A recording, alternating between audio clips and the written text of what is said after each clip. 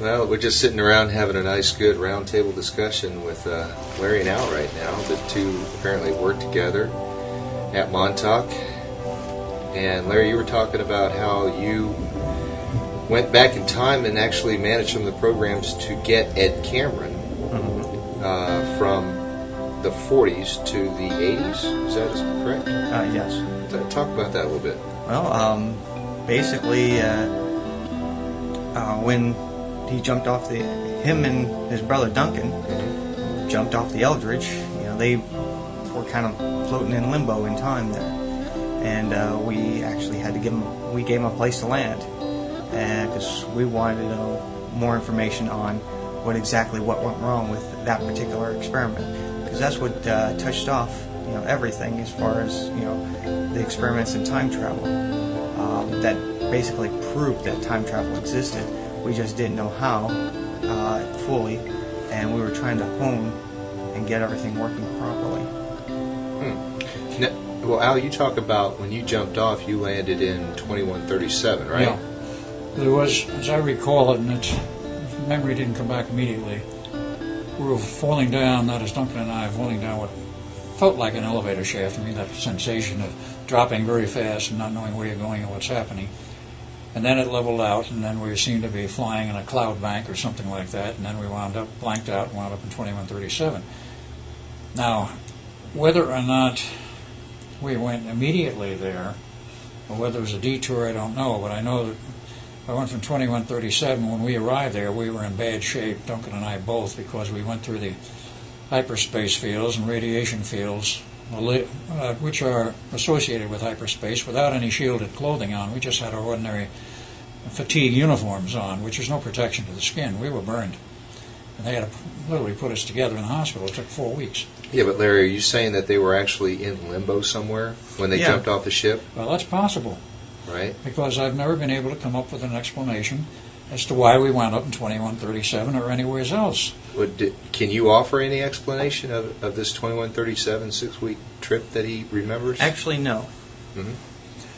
Well, what is your memory as to when you first connected with us and how you got? Was it myself alone or both of us who got us to Montauk? We got both of you.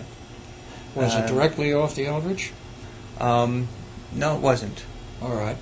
We were in, as you say, in limbo. You were in limbo. With just our normal Navy fatigues on and nothing else? Yeah, pretty much. Were we conscious, unconscious? Or? As I recall, you were unconscious. That would figure. Woke up later, and I believe Dr. Van Neumann was the first to be in contact with you at that time. Okay. No, he was quite concerned because he knew from my report after this was all over that we would wind up in 1983 and who knows what other point in there. And he was on the station from the time earlier than 76, I'm sure, right through 83. So Larry, how do you get to limbo? Well, the whole thing started with us in 83. Mm-hmm. Actually went back to 82. And what was this? We were trying to hone and polish off the experiments in time travel. We still hadn't quite gotten it right at that point. Are you saying in terms of the Eldridge technology? In terms of getting the project itself stabilized. We could send people through, but you couldn't contain the fields of the human. Okay, everybody has their own fields about them. Their frequencies, and we couldn't contain those frequencies. We didn't know what they were. Okay. You're saying as late as 82? Or was it earlier than that? We were very close at that time. We weren't 100% though. Well, it's interesting because my recollection, of course, this is Al Bielek, not Ed Cameron. Mm-hmm. They had a lot of field instability problems from the time they first turned it on, which was about 75, 76, right up through about 79. That's about right. And 79 they had it pretty well solved. But occasionally they still have breaks. Mm-hmm. And I know there were occasions where people in hardware went in the tunnel and just went disappeared into limbo, I mean into atoms in space. Yep. The tunnel broke, or something happened and went wrong. That happened. That part of it I was not that familiar with, but I know that they had it essentially stabilized by 79 because they were using the tunnel to pull in a lot of the kids for the Montauk Boys program from about 79 on. Well, we were pulling them in, but we were also sending them out. Yeah, you had to. They had to go back. Well, it wasn't so much that they had to go back. We were also using them as test subjects to send them out to other planes. We would use them to go to different planes, and basically they were the guinea pigs. We'd send them first, Yeah. and if they came back, then when we knew it was safe to go. If they came back intact, it was safe. Yeah. Okay. And that was a big if, usually, wasn't it? That was a big if. A lot of them got lost. How many do you think we actually lost over the course of time that you were there? Oh God, I couldn't really tell you. There's hundreds. Hundreds? Yeah. Well, remember the program for the Montauk Boys entailed thousands. Mm-hmm. Actually, up till 83, my guess was about 10,000. Actually, it would be early in 83. It was about 81. 79 to 80, they started moving the program off of Montauk, and only the special ones continued on at Montauk. But of the initial run through there was about 10,000. Of course, later on, many more were added in the other locations when they had everything nailed down tight. Was it emotionally hard for you to do this, Larry? Didn't really think too much about it at the time. Really? I mean, I was in charge of getting time travel to work and work properly, and getting things as safe as we could for our people. And now most of the Montauk Boys were like homeless kids and stuff like that. So no, they weren't much to begin with. They eventually turned to homeless street kids because if something went wrong, they weren't missed. They were already lost, so to speak. There are that many homeless kids out there? In New York, Los Angeles, and the other cities, there are thousands of street kids. And as the FBI statistics proved later when Phil Snyder got involved in this and quoted me the figures, there are 2 million kids disappear every year in the United States, of which 1 million have never found out a thing about what happened to them. They don't recover the other 1 million, they recover some of them, but at least find out what happened to most of them. Some of them are abductions, some of them are family problems, some of them are found, and the other 1 million they never find anything out whatever about, and that's been going on for over 20 years. So Every major city. There's a bunch of them, huh? Yeah. Oh, yeah. The statistics are staggering when you look at it, and consequently, I made that suggestion at some point in the program, stop pulling the kids off Long Island where there's families involved. Now, you're going to have problems because the families will get irate if they find out what's going on. I says, go get the homeless street kids. Nobody cares. So, Larry, were you involved in actually getting the kids at all? Sometimes. And how would you do it? Sometimes we pull them in through time travel. Other times, they were just trucked in. From current time, whatever it was then. Yeah. So you didn't need to get them through time as such because they had plenty available, but if they wanted to, they could. Now, I've got a question here in terms of getting time travel to work right. Mm-hmm. The approach that was being used at Montauk was unique. It was different than all the others. And this is one of the problems, I think, because we're attempting to cross time and space travel. You may not know of the earlier project, which was originally started in > and was an accidental thing that had started. We call it Project Southern Cross, which was the actual code name. And that involved the USS Kearsarge, both of South America and the fringes of what was called the Bermuda Triangle. Doing some sounding, they found this huge crystal formation on the ocean floor. It wasn't that far down, and they sent divers down on it. And all of a sudden, the thing was activated by the fields from the Kearsarge, and it disappeared, as was found out later, into the future. It took 2 months for it to come back. It came back with all the information, what had happened, what this crystal formation was about. It was built by the Atlanteans ages ago, and they used it for transportation, not time, but physical transportation of very heavy payloads, like in a barge, like rock, cut stone, whatever, from point A to B to C around the planet. They had these things stationed all around the planet. But triggered properly, they would also be effective for time travel. Now, whether the Atlanteans knew this or not, we don't know. But as was found out by a friend who told me this, who was a high-level person in the Air Force, who had been involved in the future operations. So they knew how to do it in the future. They gave instructions in the Kearsarge, and from that point on, they had an effective time travel mechanism, which was totally different than anything else developed later. And this thing was operational from 1938 on. And that was used in some of the war work in time travel. It's totally separate from what came later at Montauk. There are obviously more than one system. As far as I know, this project Southern Cross had no connection with Montauk. It was totally independent, and I don't know whether anybody at Montauk knew about it. Because the way they compartmentalize this stuff, Very true. you may never know about another project doing the same thing you're doing with a different approach. So, and a different so what's your question for Larry?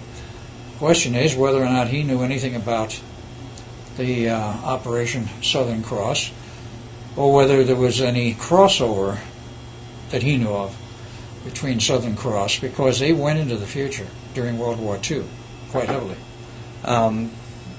I don't know about Southern Cross per se. I do know that there was what we had perceived at the time to be an alien technology at work. Mm-hmm. We didn't know what it was.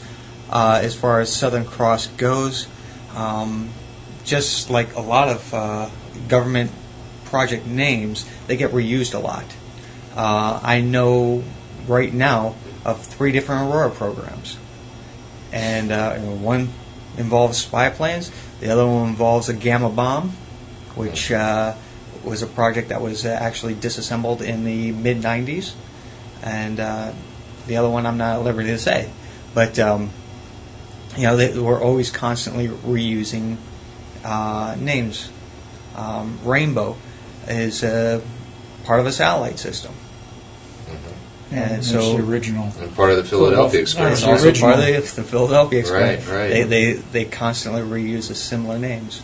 Well, I want to go back to my original question, Yeah. where we talked to Larry about how many times you actually pulled Ed Cameron from say 43 to 83, Okay. In 43.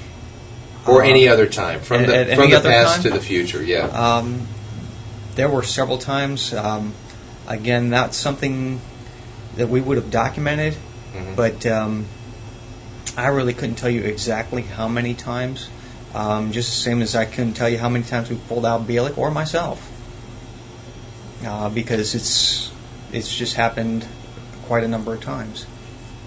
Did you pull him from that one point where he jumped off the ship back into future points, or as he progressed on through life as Ed Cameron, did you pull him? Actually, we had done it from pulling him from different points in his life, As Ed Cameron. as Ed Cameron and as Al Bielek. And were these points always after 43, though? Well, some of them were.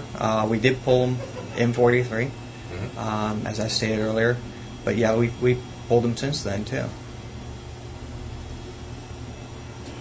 Do you remember specifically any of the time frames in which I was pulled as Ed Cameron up to Montauk, Well, other than 43? from what you would perceive as years, would be just sometimes a matter of hours or days for us, because you're going through time. Yeah, true. But I mean, from what time period did you pull me is what I'm trying to establish, if there's any pattern here as to how many times you pulled Ed Cameron and for what time frames in terms of Ed Cameron's life and the normal time stream. Yes, I understand for you people it doesn't matter, because you can pull me or somebody else from any time up to whatever time point you want. And the time differential is non-existent in essence, because you do it in a matter of a split second. That's correct. But also, as you well know, that there's other groups involved too. So I can't exactly give you a specific time frame because I don't remember. Okay. Because just the same as it happens to you, it happens to me. We've discussed that before. I'm wondering. But there's other groups involved too. So other groups may have pulled them, for When you say other specific groups, time frames. Other time traveler or Yeah, the operator groups you mean groups, other right? than Montauk? Yes. Other than Montauk. There were other time travel operations, other time travel groups here on Earth or alien? Could have been both. I really couldn't say. Okay. Because I know there were other time travel operations, and I know I was involved in some others, particularly going in the past on some of them to possibly re-engineer history, and also on some of the other exploratory trips that were made into the far past, which I already covered on one with you. So why did you bring Ed Cameron up to Montauk? Research, knowledge of what's going on with him at that time. He became, one of the staples, like myself, in the project because of going and visiting the icon, which we, had to decipher. This is the icon on Mars? Yeah. Mm-hmm. Okay, but he hadn't done that yet. That's in the future, right? Who's to say? That's where it gets very confusing. It does. Okay, so something that perhaps as we view the future right now, let's just say he went to Mars, deciphered that icon, then that has an effect on his past self? That has an effect on him. On him? Personally. Yeah. As Al Bielek or Ed Cameron? As his soul. As his soul. Question. You say the icon from Mars. What are you referring to? At the base of the statue. Which statue are you referring to? I want to say it's a Minotaur, but I have a problem with my memory on that myself. So was it a statue that came from Mars? That's where it was when I saw it. Okay. Because I know statuary was brought back from Mars. I do remember. And it appeared to be religious statuary. Duncan saw some of this, and he wanted to bring some of it back. And at some point, Father got involved with this, and I know he brought some of the stuff back. I have a vague memory of it because he grabbed some of the statuary and he stashed it someplace on Long Island. After you brought it back? After it was brought back, yes. Did your father actually go? It would appear so. That I did not know. Remember, my father had a level 7 clearance, was working out of the Pentagon on so many projects. They worked him to death too, like me, and not you yet. Yeah, but Larry, you were in charge of the program. You would have known. Well, they could have been part of another program. Mm-hmm. Yeah, this is the problem. There's so many programs going on there, and they did every once in a while tend to wipe memories of something they wanted to keep extremely confidential. You may just have a little segment wiped out. Mm-hmm. That specific project, not everything else you did. I would say probably the only person or persons who would not have their memories wiped at all would have been the station master, which was Jack Pruitt, the technical director, who was at one point was Herman C. Enterman, and then he was dropped out of it at some point, and there was another man who became this technical director. That was Helga Morrow's father, who was the mysterious man from Germany who was been trying to track down for a long time. He was a high-level technical director, apparently out of Lincoln Labs, because he ran this show from Lincoln Labs. And there's 2 Lincoln Labs, by the way. The well-known one, which is openly known to the public, and there's a secret one, which is under control of the Air Force, apparently, in a different base location. But a lot of people were involved in this, and how many of these specific projects were covered, and how many were covered up, and who remembered exactly which ones is a good question. Those high-level directors had to remember because they had to coordinate this stuff. Right. But Larry believes that there was something very significantly important about being able to read the language that was on the base of the statue in Mars. That could well be. And that by him reading it and by you reading it, and Duncan too, right? Duncan read it also. Duncan read it, yes, I know. He was able to interpret it. Okay, by being able to do that, that perhaps created something very significant within all 3 of you. That could be. And from your perspective, Larry, could you describe what that is? I don't know exactly what it is, but it had kind of like a universal altering effect on us. It actually connects us in some way, where that we're needed for something still in the future. What, I'm not sure. I don't know. But we're not just a part of the project. We're now a part of it, period, as far as we're actually bonded with it. Would it be just you three or every single person who was able to read that? It's everybody who is able to read that. Now, And how not many people many. that is, there's not many. But So you would have had to have a very good grasp of mathematics, wouldn't you, to have read it? mathematics was a very important part of it, yes. Mm-hmm. But it was in hieroglyphics, though. It was one of the things which did enter into it, I know, as far as I'm concerned, because Van Neumann specifically wanted me up working on the bomb project in Los Alamos, and give him assistance. And people like Van Neumann didn't ask everybody to be part of a project. At that time, my math was very solid. And I finally got into a problem, of course, at Los Alamos because I argued with Teller on his math involving what he wanted to build was a hydrogen bomb. And I said, your math is flawed. No, did he blow up? Well, that was as Ed Cameron now. That was Ed Cameron, Okay, right. but this trip that you're talking about was Al Bielek taking it, right? Or was it Ed Cameron who went to Mars? I believe it was Ed. You think it Could was have Ed been Cameron? both. I think it was Ed. Could have been both. Because I Ed- went, both. I went Because as Al Ed- Bielek. Because Ed had apparently a better grasp of mathematics Oh, yes. than Al Bielek. Yeah, because it's been so thoroughly wiped, there's still problems pulling it back. Hmm. It's starting to drift back, but it's still, something is still holding it down. So I'm trying to get, Larry, what your memories are of bringing Ed Cameron back through this time chair or time tunnel process. Uh-huh.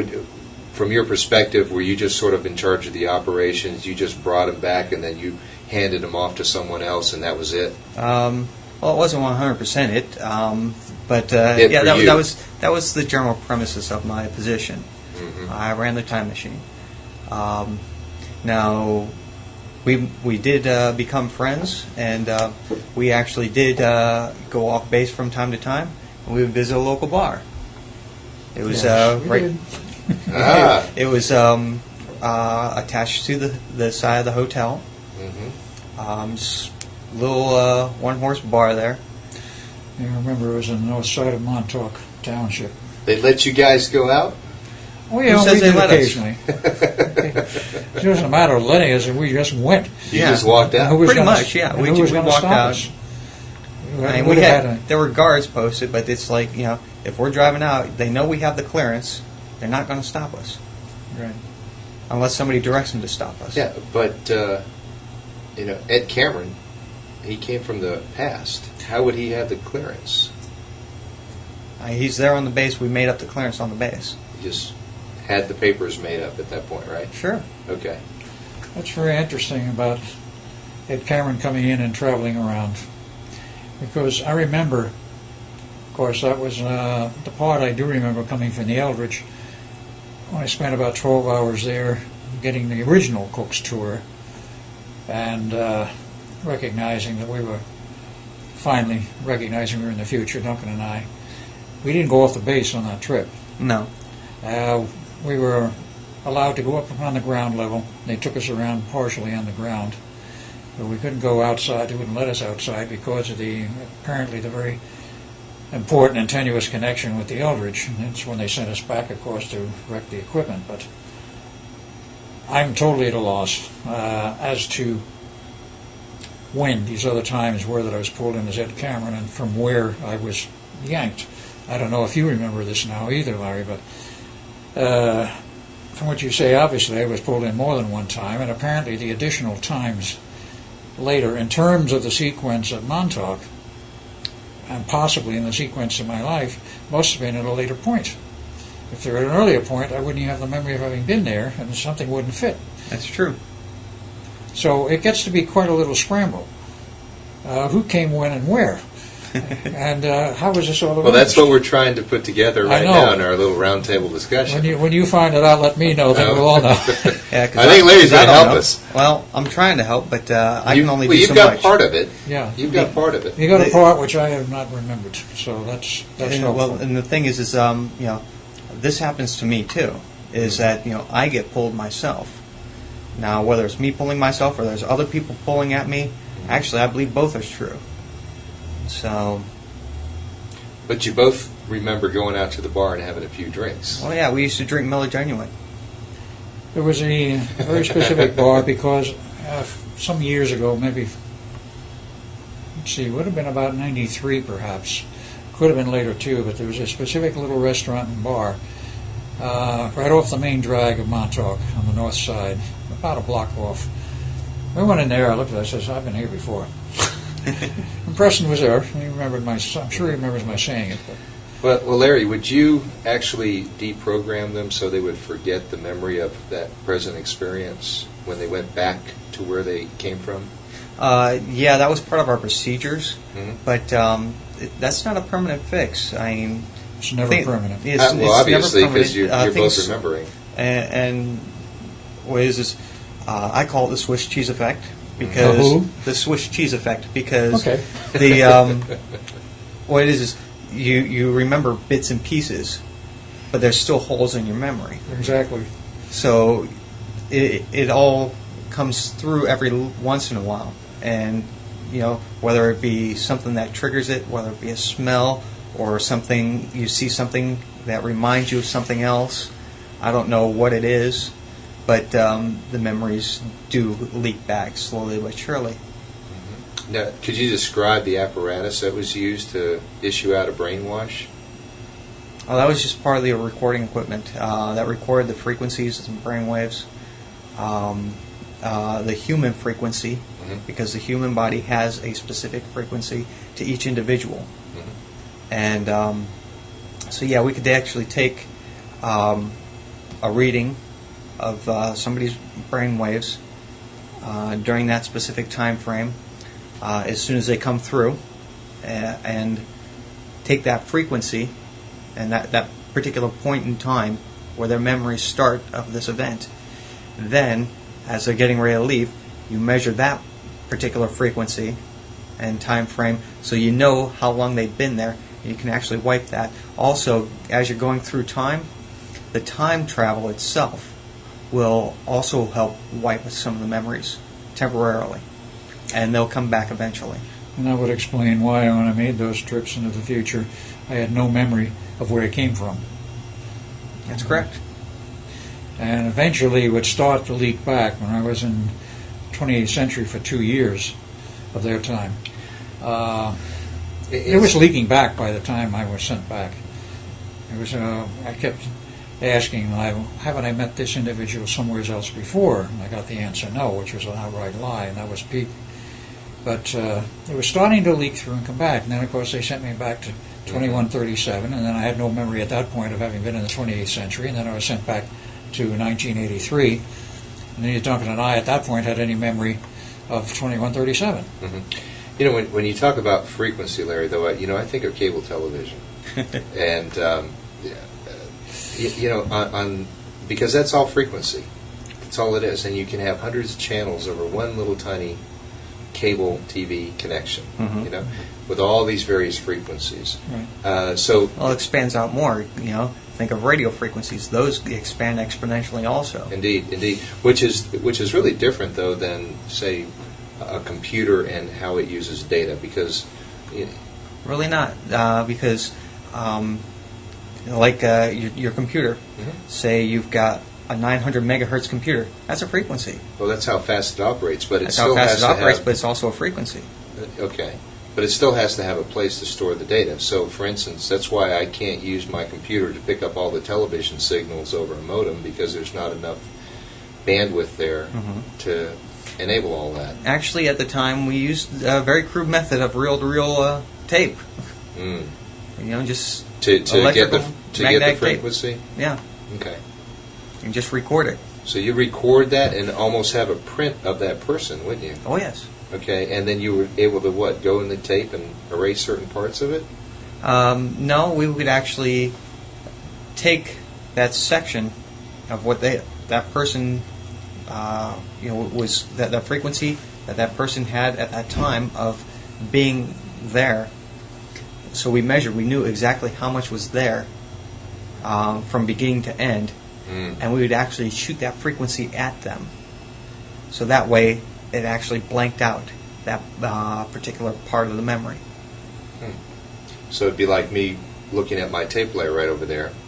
And running a magnet over it. And running a magnet over just that one section right. that pertained to that experience. Mm-hmm. Now, why did not that magnet totally wipe it out? Where was the residual? It falls into the subconscious. There's many levels of the subconscious, about 12, from what I understand. And it might be buried at a lower level where it doesn't erase. But that doesn't mean that you can immediately access it. The farther down you are in those levels of subconscious, the harder it is to pull it on. Is that part of like the Akasha record, though? Akashic records are not connected with the subconscious per se. That's a totally different function. Okay. But the Akashics can be accessed consciously if you know how to do it. But it's sort of an automatic recording out there. But isn't the Akashic record, though, a record of every experience that you ever had, the past, present, and future? Yes, basically. As you go along in time, it is recorded. It's automatic. But it's also a very strange function. It is physical. It's physical to this planet, but it's involved in what is called the Van Allen belt, the Van Allen magnetic belt. Preston has all of the details on it because he was able to research it once. But the actual Akashic records is an actual magnetic recording in the, I don't know how you express it, in the Van Allen belt, which is a magnetic domain. And apparently it can be recorded in that domain. If anything ever happens, if the Van Allen belt disappears, the entire world's memories, long-term memories, go also, because the human brain does not function internally in long-term memory. You access it through the Akashic records. Short-term is here. The long-term is out there. And if people's memory starts to fail, it means they're not reading the Akashics properly anymore. So if the Akashics ever were wiped, everybody's long-term memory would be wiped. So that's an interesting aspect. I have not heard that one yet. That is interesting. It happened about sometime back in the time of the Atlantean civilization. They had a pole reversal. Before the magnetic pole reversal occurs, the Van Allen belt collapses. Wiped out all memory. They had a way of recording everything they needed to record. Apparently what are on optical discs of very large size. And of course you didn't have 6 billion people on the planet then either. You had a much smaller civilization, even though it was technically advanced, and they were able to salvage the memories that were required and somehow reinsert them in the Van Allen belt. So Larry, do you have any recollection of sending Al to the future at any point in time? Oh yeah, we did that several times. Can you describe those? They were just missions that we sent them on, just like we sent them in the past also. And we also sent them parallel also. Okay. Parallel realities? Sure. And Didn't know they had that capability that well. We had done that with not just Al, but with several people. Can you describe any specific missions that Al went on? Do you remember any of them? Not specifically, because we did so many. I went on several personally myself. Where did you go? Let's see, I was in Vietnam. I was in World War II on both sides. Civil War. Actually, even went back to Roman times. Specifically to a time where there was the whole problem where Varius was going after a man named Herman, Arminius Herman. Arminius was his Roman name, and as history dictates, Arminius betrayed Varius and wiped out 3 legions, which permanently kicked out, at least for 300 years, the Roman Empire from Germany, and that at that time was Germany. It wasn't known as Germany until later. It was that whole German, Romanian, Prussia era. That you're saying you went back to that time frame? Yes, I was. And what was your purpose of going back there? Sometimes we'd go back to observe specific events. On this particular one, it was done to intervene with the Romans. They'd gotten powerful, and we wanted to see how they would handle losing their power, and which created an alternate universe at that time, because what happened was they on one universal plane, the Romans continued on, and they conquered, most of Europe. Well, what we did at this point was we'd stop that from happening. How would you stop that, though?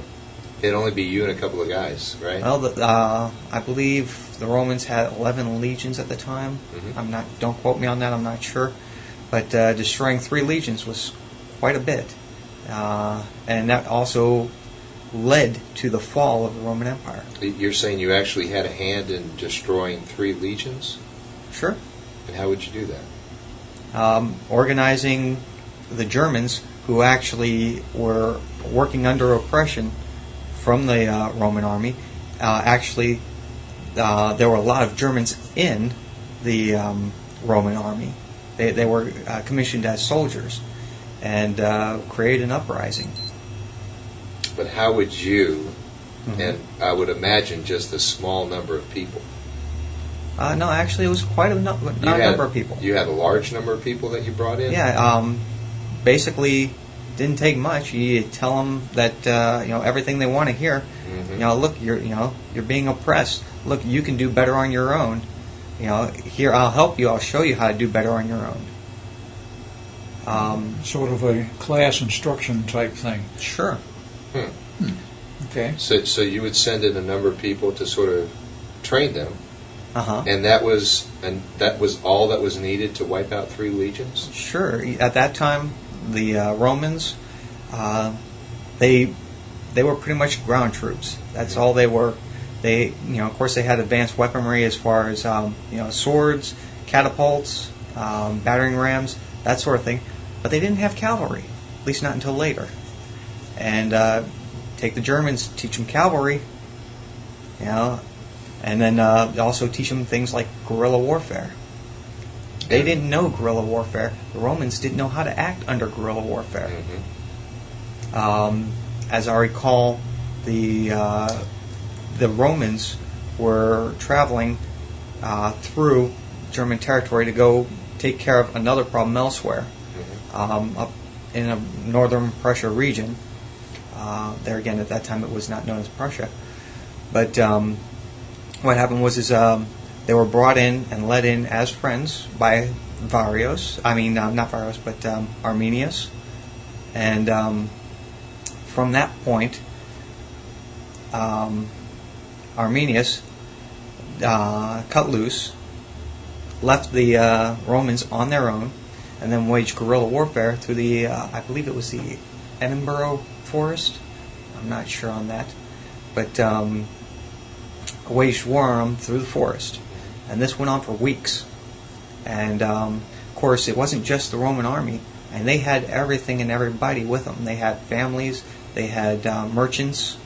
So that you got these Romans trying to get through this treacherous, woodland all by themselves now, and they're under attack. And so they have to go used to, right? A manner that they're not used to. They don't know how to fight in close quarters. Under guerrilla warfare conditions. Somebody shooting at them from behind a tree with bows and arrows, and it became quite detrimental to them. So, Larry, I'm not an expert on Roman history, but are you describing a reality that I'm living in presently as far as what happened with the Romans, or are you describing something that happened that branched off to another reality? That's something that happened that is now in the current. In this current reality. In this current reality. So was that you can go back in the history books and look it up and read what you're describing. And had you not done that, then what would have happened? You would have had the Roman Empire a whole lot more powerful than what we knew it to be, and would have existed a lot longer. Because this, in fact, was part of the downfall of the Roman Empire. And did that turn out to be a bad thing for present-day mankind? Had they been stronger and longer? To be honest with you, I don't remember exactly what it all entailed, but it was just something that was instructed to do as an experiment at the time, and discussed later in debrief, decided to be left that way. Ah, so you were not always privy while you were doing these exercises as to the rationale behind them? No, not always. Do you recall at that point, Larry, who set that particular program up to change the history of the Roman Empire collapse sooner? I don't remember. For all I know at this point, it could have been me. I really don't know. I couldn't tell you. It must have been awfully fascinating, though, to be able to go back a couple thousand years, let's say, and see what things were like. Really like, yeah. I mean, really like. You know, we could experience it directly. We could look at it in a book, you know, see sketches, but to experience it. Yeah, that's a totally different story. Yeah, and Al, you've experienced some of it. Oh, yeah. But you also had to be careful, too, of a lot of things. Like at that, juncture, you'd have to learn different languages. Dress also, like the natives. Dress like them, yes. Like, for instance, you couldn't shave, because, nobody else shaved. So how could you shave? Right. And, of course, you couldn't do things like, brush your teeth and, shower and that sort of thing. It was just, they didn't do it, so you didn't do it. But you also had to be careful, too, of diseases. And, bacteria that you might bring in yourself and bacteria that you might bring back. That's a good point. Yeah. It is because of the plagues that existed in the older eras, like the middle era of the 1300s and thereabouts, and some of the earlier periods there might have been plagues, which I believe there were some recorded. Those particular species of bacteria apparently died out, but if we brought them back to this era, we might not have a means of defense against them. Well, what if you sent someone in the past and they shaved? Someone noticed that, thought they were a witch or a warlock, and killed them. Well, I'm not saying it didn't happen. I don't think quite to the extent just because somebody shaved, but... just as an example. Yeah, as an example, yeah, you had to be careful. And that was something we tried to pay attention to detail. But wouldn't that cause a problem in space-time for that person to have gone back 1,000 years and died? We tried to regulate that, and anytime somebody that we know died, we did everything we could to recover them. Recover the body? Yes. Yeah, and what was the reason? Was it to dampen or balance the time wave? No, so that basically it wouldn't disrupt that section of history. We've already damaged that section of history. We don't want to damage it any further for us in the present. Right, because that person could have had cavities or something like that with fillings. True. Right, and when that person died, they could have looked and said, "What in the world is this?" And that would have changed the whole mindset or paradigm around people. Right. Right. So you would actually send in teams of people to go get the body and bring it back? Well, I don't know about teams, but we would send in 2 or 3 people. Well, couldn't you just focus on that body and zap it back in? That came later. We were able to do that later, but not initially. So you say you also went to the Civil War? Yeah. Ran it both ways, just like we did with World War II. Okay, well, you ran the Civil War. Let's focus on that one. Okay. Al, were you involved in that project at all? I don't believe I was, but I know somebody who was. Larry was. Oh, you know someone else who was? Oh, yes. He went out and he told me the whole details of it. Now who was that? Operated. There was a team. The team was a male-female team, so they would pass for a couple of the era. But he said there were many couples involved in that entire team operation to change the history of the outcome of the Civil War. So up until 1863, it was obvious the South was winning hands down, and that was not changed. They changed it from the point of 1863 onward, so that the South lost. And he told me exactly how they did it. He remembers it very clearly. And I don't know if this guy, he also had a name with Larry, by the way, his real name. I don't know if you remember the guy or not. I've not seen him, so I don't have any kind of a recollection of what he looks like. But I know where he is. I talk with him occasionally on the phone. And he has very clear memories of it. Really? So, Larry, what are your collection of accounts for this Civil War experiment? Well, like I said, originally we ran it both ways. To my recollection, originally the South had won, and then what we did was we turned it around, made it so that the North won, and then because now you have two different realities. You only have our small group that's inside Montauk that actually knows what happened, because the reality's completely changed. Yeah. So It just wipes your the small memories, group everything knows. with it, including history books, whatever. Except for the people who were involved in the project. Right. And one other exception. This is a very interesting exception, because I ran into a lady who's a good friend of mine up in northern Arizona. She remembers clearly her past life in that era. She said she lived through the period of the Civil War, and she remembered the South winning the Civil War. And the capital of the United States was moved down to Richmond, Virginia, and she died in the 1880s. So she died with the memory of the South winning the Civil War, and she's reborn, and she says, I still remember it. And I said, but that isn't what the textbooks say. I know. I told her that. I said, I know other people have gone through the same thing, and I have seen talk with other people who have insisted the South won the Civil War. So there are a few exceptions, and apparently there's a little slot there you can drop through. Like you die before it has changed, you remember the way it was before the change. When you reincarnate back in? When you reincarnate back. Okay. Is that how you understand it, Larry? I wasn't aware of that. I'm not saying it's beyond reality. I mean, it's well, actually possibilities other than reality, because when you're dealing with time, what is reality? Yeah. Well, that's what we're trying to figure out. That's what we're trying to figure out. And we are not getting any closer than when we started right now. That's true. Yeah. But this is what we have. This is what we got to deal with. And so, why do you think the outcome of the North winning the Civil War was the one chosen for us to experience right now? that was just the collective decision that was made based on what had happened as far as how things turned out at that time for the Civil War winning in comparison to the North winning. Are we better off? Well, apparently so. Otherwise, we wouldn't be here.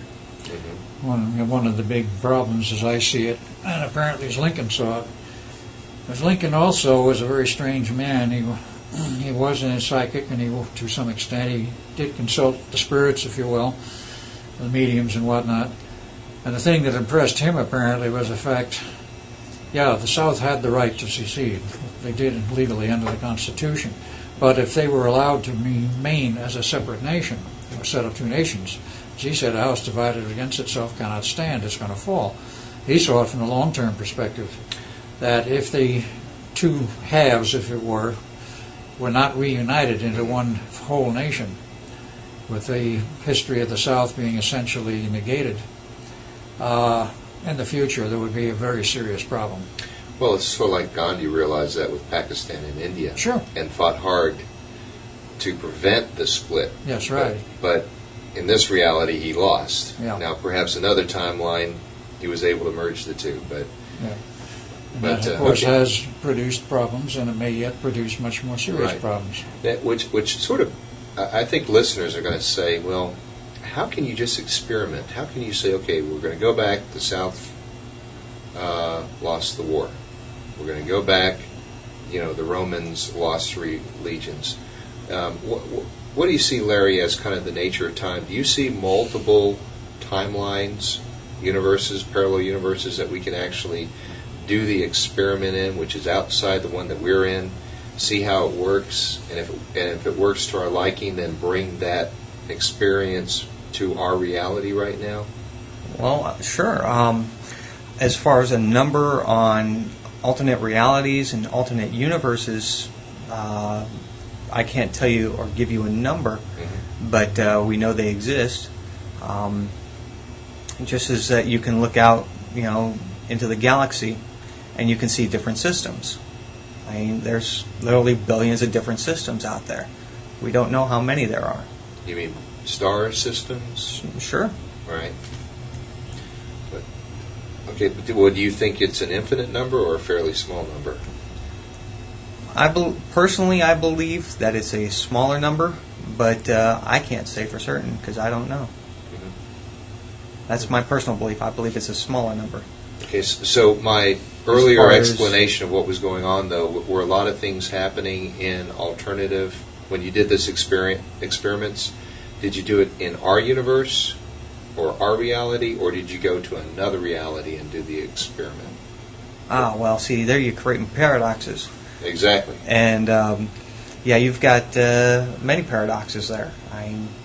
Every time you go back or forth, whether you go behind, back in time or forward in time, you're creating a different type of paradox every time. And there again, it depends on how many parallel universes there are before stuff starts happening. So I think what you're alluding to is after a certain number of paradoxes, stuff happens. Yeah. Right? And what is that stuff? You, if you go back and forth and change the alternate realities enough on one specific timeline, and you keep on going back to that exact same point, changing different things, you eventually start to fracture it. And eventually you can even come to destroy that particular timeline. So everybody and everything, including your alternate self, disappears. Up until the point of destruction, it's there. Right. But then destruction, it's gone. Or it leaps over into another timeline. I can't say for sure on that one. Let me add something on that. Excuse me. When I was still living in a house on the south side of Atlanta in 95, 96, it became quite obvious to me that somebody was playing the time game excessively, because I was starting to see literally black fracture marks in the time field or in the etheric field, which is coupled to it, and they were visible to my sight. It may not be to the normal physical sight of a normal person. I'm obviously not entirely normal, but you look normal. Thank you. I can see those fractured lines, these fracture marks, in the house there, and this continued on for almost a year, and then they started to diminish. And the word I got was that the guys who were running the time experiment still in the 90s from other locations in Montauk, obviously, were realizing they were overdoing it. They had to shut it down and stop to let things settle down. Otherwise, they could literally have done just what you said, fracture the whole time zone. And if you fracture that time zone, the universe at that point, how much that time zone encompasses, I'm not sure, but all that's encompassed within that time zone will vanish if the thing collapses, up to the point where it reintegrates itself and then resumes somehow. Well, it's part of the rebirth as opposed to the end, because you do have an end on the timeline. There is an end. There's also, once it ends, there is a new beginning too on the timeline. It's a closed loop. And it's like a big donut. There is a plus and minus infinity point. I don't know where it is. Preston looked at that and explored it once. But there is a crossover point, a plus and minus infinity, and that was one of the things that became involved with the Philadelphia experiment from Montauk. From the Montauk end, they realized, and I remember some of the math that was involved in this, Von Neumann got into it, they had to affect and couple into the what would be called the second time zone, because there were three parallel, can't call it exactly time zones. Actually, the matrix that's involved is sort of a three-dimensional thing for time. They had X, Y, Z. I'm trying to find the right term here. X, Y, Z parameters. We are in the X zone, that's the first one of the timeline, so to speak, in which we measure time. But there's a right angle axis to this thing, and there's a right angle to that one. They are coupled together, but we don't know exactly how far they go. If you go through the plus or minus infinity, you create another condition. And what they did at Montauk was the orders came on at about August 1, as I recall, when they were going to couple to the Eldridge, because this was part of the alien program. You wanted the station on 24 hours a day, 7 days a week, in order to go through the plus and minus infinity, and in order to create another condition whereby they could couple to the Eldridge and to the Philadelphia experiment. They had a number of things they had to do. That was one of them. The other was they had to be on the August 12th number because of the Earth's biorhythms, which also coupled into that and caused sort of a synchronization between 43, 63, and 83. But there were 2 points, of course, were involved with 1943 and 83 on August 12th. But I do remember they had to have the station on from 24 hours a day for several days in order to create a higher level of coupling of some kind. I don't remember all the details now. Von Neumann was in charge of that. Because prior to that, they never used the station more than 6 or 8 hours in any one day, and then they were shut down for a couple of days before they did another number, whatever it might have been. But that was another part of it. They had to go through the plus and minus infinity. Well, Larry, do you have any recollection of that? Oh, sure. But those were just basically, we were doing what we were told to do. But yeah, that happened. And they happened very close to that. You know, sometimes we'd be, like Al was saying, we'd be shut down for a couple of days after running for, a few hours a day. Sometimes, we'd be turned around and we'd go right back to it the next day. So there wasn't any specific time length that we were doing anything. We would go and do our experiments. We'd debrief, do an evaluation of it, and see what we learned. And then we'd turn around and we'd do more experiments. Well, I think what Al's alluding to is there was this coupling between the two projects of 83 and 43. And in order for the projects to couple, the station had to be on for several days. Because given where the biorhythms of the Earth were on those 2 dates, by creating this jump, or him going from 43 to 83, this opened up a tear in the dimension? It opened up literally a fracture of space-time. It didn't totally fracture it, but it caused an opening, a doorway. A doorway, okay, yes. So that, I think, as we discussed it, so that extraterrestrials could actually use that. That was their intent and goal, was to use that to get large ships from the Draconis Major Empire through to chase after their long-term enemies, the Andromedans. And they used the Philadelphia experiment and Montauk Project lockup as their means of getting through to this reality, apparently. So, yeah. So the question would be, Larry, did you ever come across that in your work, or? I do remember leaving it on for an extended period of time. The reasons were not fully explained to me as to why. As many things were not fully explained to you, right? Right. So basically, I was doing what I was told. Right. But don't forget, though, I did have a say in things. But if somebody wanted something done, I would go and do it. I wouldn't always question. I didn't always need to know. Well, let's get to that famous incident of 1983, where Junior enters the scene. Oh. Yeah.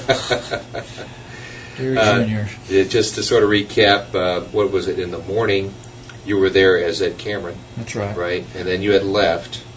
Yeah, right? Duncan and I left. We were sent back to the Eldridge. And then later on that afternoon, there was a grand plan, a scheme in a sense, to sort of shut the project down.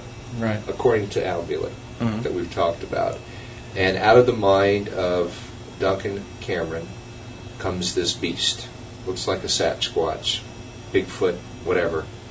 This thing is actually taken from the mental into the physical. Larry, why don't you give us your perspective of what happened that evening? Okay, basically, we were able to bring out, like we could have Duncan at one point but we could also remove him from another time point and have them in the same time frame together in the same space, in the same area, and not have an effect. When Duncan was sent back to the Eldridge, we still had another Duncan with us. At that time, he was being used. What part of stabilizing the time tunnel is for the human factor. We were using psychic energies, and that helped with the human factor at the time. We had gotten more advanced with that later, but basically what I believe happened was Duncan found, while in his psychic state, found this creature, which there again I believe to be alien, called him in to our reality. And this creature went stomping around, destroyed a number of things. There was we tried different things of trying to get rid of it. I remember that there was some shooting going on. That was ineffective. And then Larry, did you actually physically see this creature? No, I didn't see it. I saw it on cameras, but I was inside the base at the time, inside buildings. There was a lot of people that were afraid to go outside because of this creature. He didn't exactly come into any of the buildings per se. He was stomping around outside? He was stomping around the base. Oh. Did he ever go outside the base at all? Well, that brings up a very interesting point. Where we were trying to get rid of him, and we just couldn't figure out how. Wake up Duncan, that didn't seem to work. Ended up destroying some equipment, that didn't work. We had auxiliary equipment. What we did was we used that, and we actually threw him back into the time continuum. Basically, we threw him back into that limbo.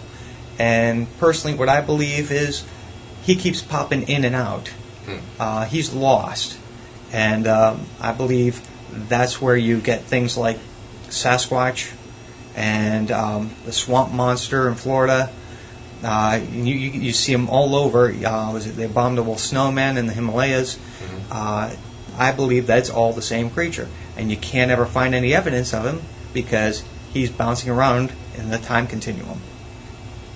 It's in and out of our reality, in other words. Yeah, he's lost, and he keeps jumping in and out. So what did it take to ultimately shut him down, though?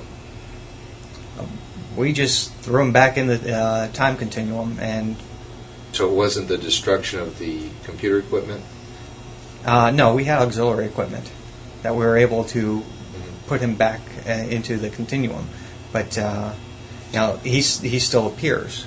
So he's not 100% gone. Well, he's apparently frozen in time because you can take a picture of any time you want when you're out there with an ordinary camera. We have some on the CD of pictures, and when you look at the picture, you can really sort of make it out of who and what he is. Okay. Now, I want to tie this together with one of the other persons that we interviewed, was Stuart Swirlow. He said when he believed that all the equipment was destroyed, the computers were destroyed during this event, and he said as soon as that happened in 1983, he went immediately into a severe depression. But because he felt like he was a Borg that was disconnected from the Matrix in a sense, at that exact point in time. Any perspective on that you can give us, Larry? There again, I can't say if that was something that actually happened. I wasn't. I was obviously running around trying to take care of things at that time. We had a severe problem on our hands. I could view them on the cameras, but that was about it.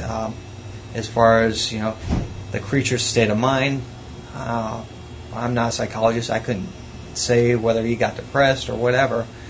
But also, you got to remember, he was brought out by Duncan using his psychic energies to control a time porthole. What it was is we actually had not necessarily an army of psychics, but we had a group of psychics that this was their specific function. and they also helped, along with the equipment, to help grab him, the creature, and put him back into the time continuum, so to get him out of our reality.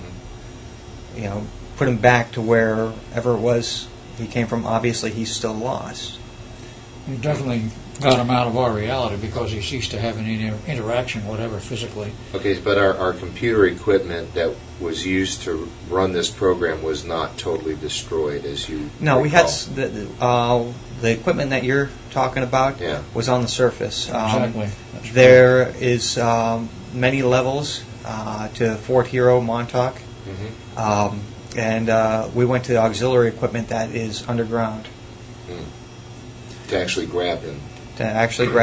Also, we had a room set up that was specific for the psychics to all gather in, and we could actually harness the power of several psychics at once.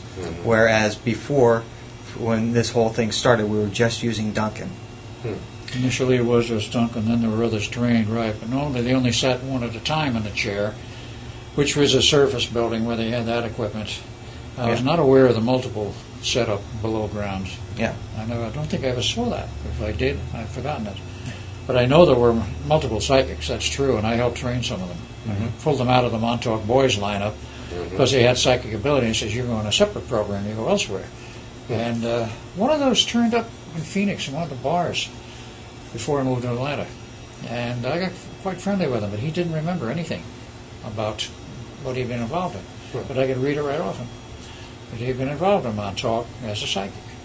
Well, I'll tell you what, let's take a little break, and then we'll continue our conversation at a future point. Okay. Or have we already had it? Good point. All right, we're back with Larry and Al, and I thought we'd take this time really to sort of address the question, how do you two know that these experiences that you're talking about are actually real?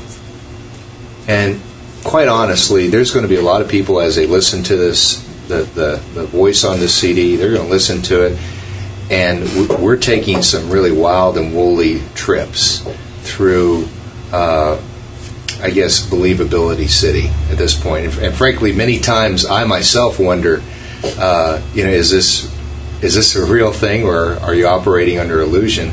And I'm sure it's something that you guys all both have to address on a daily basis almost for yourselves. So for those people who are skeptical, and I'm going to guess that's about 99% of the listening audience.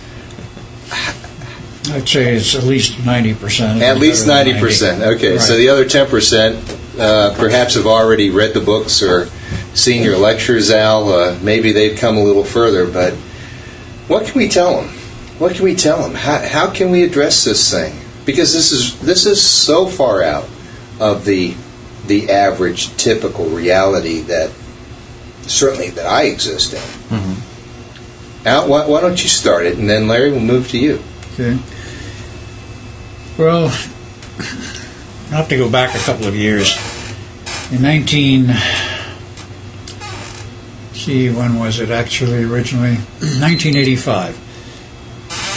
When I was at a USPA conference that stands for United States Psychotronics Association conference in Daytona, Ohio.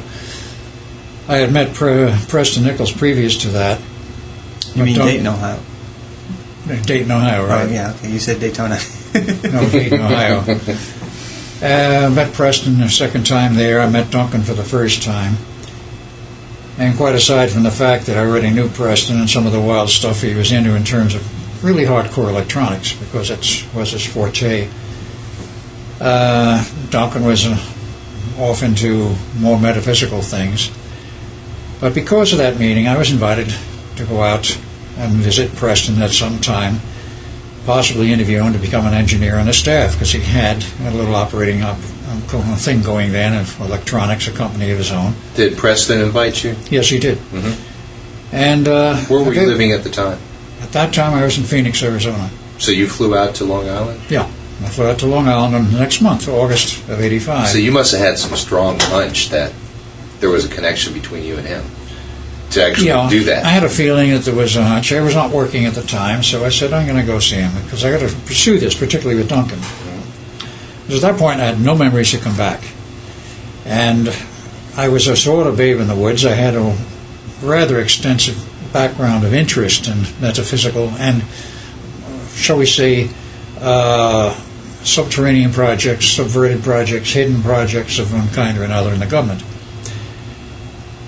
So I went out there, and during my 2-week stay, it was going to be a weekend, it wound up 2 weeks, and stayed with Duncan at his house out in Babylon, actually, on Captree Island. One day, Preston says, I want to take you two out to visit a site. And he said, I'm not going to tell you where I'm going, but he says, I know you two have never been there before. He says, I've been there many times. He says, I've gone out there for various reasons, but I don't want to tell you where it is or anything else. I want to see what your reactions are and what you feel as you go there. He says, I know you've never been there before. That, of course, proved to be the understatement of the century, but neither of us, and for that matter, Duncan, myself, or Preston, had any knowledge at that point that we'd all been there before. So he took us out. And as we entered the area, which was out on the extreme eastern tip of Long Island, past the town of Montauk. At Montauk Point, there's a little park, and we parked the vehicle. We came in, and Preston knew his way around the broken fences to go out on the base known as Montauk Air Force Station, originally, of course, known as the original old Fort Hero, the Army base, all the same. So we wander around there, see all these buildings, the doors flapping open, wander in, see all deserted equipment, go in the radar tower, which had still the huge antenna up top, it still is there. And we see all this somewhat damaged, but totally abandoned electronic equipment. The further we went, the more we saw of this, and I looked at this as some monstrous project took place here in the past. And it must have been very expensive, because all these buildings have all this deserted electronic equipment, some of it very heavy. Now, did Preston at that time know that you had been involved? No, he did not know that either Duncan or I had been involved. So what do you think he took you to the base, though? He wanted to test our, as he called it, our psychic abilities, our psychic sensitivity, to try and figure out what it was that had gone on here, on the base itself. Now, he himself had been involved. Oh, yes, he had. But his memory was He had wiped not yet recovered his memories. in a process that Larry had described earlier. So we wandered around. I picked up on the fact they said that certain parts of the base where we walked, near the radar tower, and also we saw one of the wooden buildings which was totally smashed in, like somebody come down on the top of it with a fist. And it was literally flattened. It wasn't blown out. It was totally flattened from the top down. I looked at this, and I started picking up on my sensitivity. I said, some kind of a monster had wandered around on this base at some point. I wouldn't want to be here on this base at night. I said that, and I said, Duncan, do you pick anything up? He says, yeah, I forgot the same thing as some huge monster wandered through here. I said, how big do you think it was? Well, he didn't come up with a direct answer, and I made a mental estimate. I said, this thing was anywhere from 12 to 35 feet high. A real big creature, if it was physically real, which, of course, subsequent investigations proved that it was. But that was my introduction, before I knew anything else about my past, to Montauk Point. So, Al, again, what year was this? This was 1985. 85. This was in August. Okay. And I went back to Phoenix. I talked with some friends of mine. Actually, they were, at that point, students at ASU. One of them was working for his mechanical engineering degree, as I remember. And I didn't know at that time that the guy I was talking to, Lenny, was the nephew of Senator Barry Goldwater. And he never did admit it to me directly.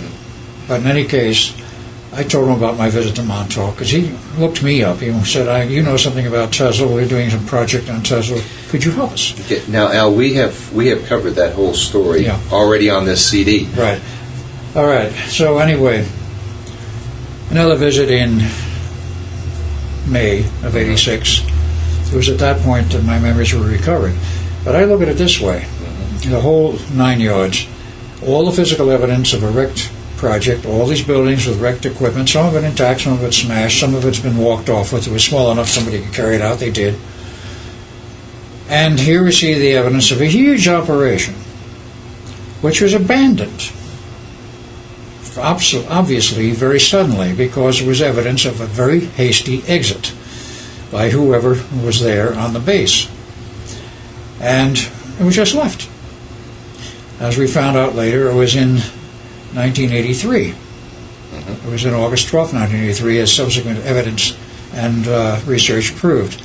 Literally, everybody fled out of that place as fast as they could get out. So 2 years later, the base was pretty much in ruin. A lot of the equipment was still there. And we do have pictures of that trip which Lots you made of pictures. on our CD here. A lot of pictures and pictures of equipment that was left behind. Which is amazing. I mean, if you were to put a value on the equipment that was just sitting there, it was millions. It was in the millions of dollars. I made a mental estimate at the time how much money might have been involved in this program out there. And I came up with a figure like, first I thought about 50 mil. And then I came up with a figure much higher, and I quoted that to Lenny, who, unbeknownst to me, was connected with Senator Barry Goldwater, his nephew. And then Senator Barry Goldwater got interested in what was out there, because apparently he had not heard of it. And he was at that time the chairman of the Senate Armed Services Oversight Committee, and he started a major investigation, which eventually caused quite a lot of ripples and furor throughout industry in the U.S. But he could never find out who financed it. And there was obviously large amounts of money involved. Eventually came up with a figure of about $50 billion was probably involved in that project, which proved to be somewhat close to the mark. It was more. But here was the physical evidence, and we have pictures of it. Okay. What went on? Well, so at this point, you have physical evidence that something happened. That is correct. But how did you get to the point where you knew that you were involved in that project? It came to the point on May of 1986. Preston and Duncan kept insisting, because of their research themselves and many visits to the base, which I had not made. On that second visit in May, I got, shall we say, perturbed. Something was bothering me. And finally, that late afternoon in Preston's lab alone, I said to myself, okay, they insist I was part of the project. I have no memory of it. For the sake of argument, let's say I was. Mm-hmm. Okay, so what? What does it mean? Well, and that's when you started shaking, right? That's when I started shaking for 2.5 hours. Mm-hmm. And then the memories came back of how I was brought into Montauk, how I became part of it, my acquaintance with the man who was the station director, and how I've been pulled out of Hawaii. That's Jack Pruitt, right? Jack Pruitt, to meet him.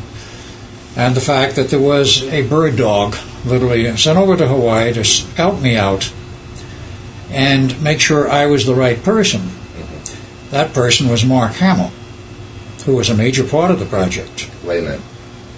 And Mark Hamill, of course, was a master at disguise, and I met him in one of the bars in Hawaii one night. Took a liking to him, went outside when the bar closed, and we talked till dawn. Now, over his car outside of the parking lot. Wait a minute, is this the Mark Hamill who was in Star Wars? That is correct, the same man.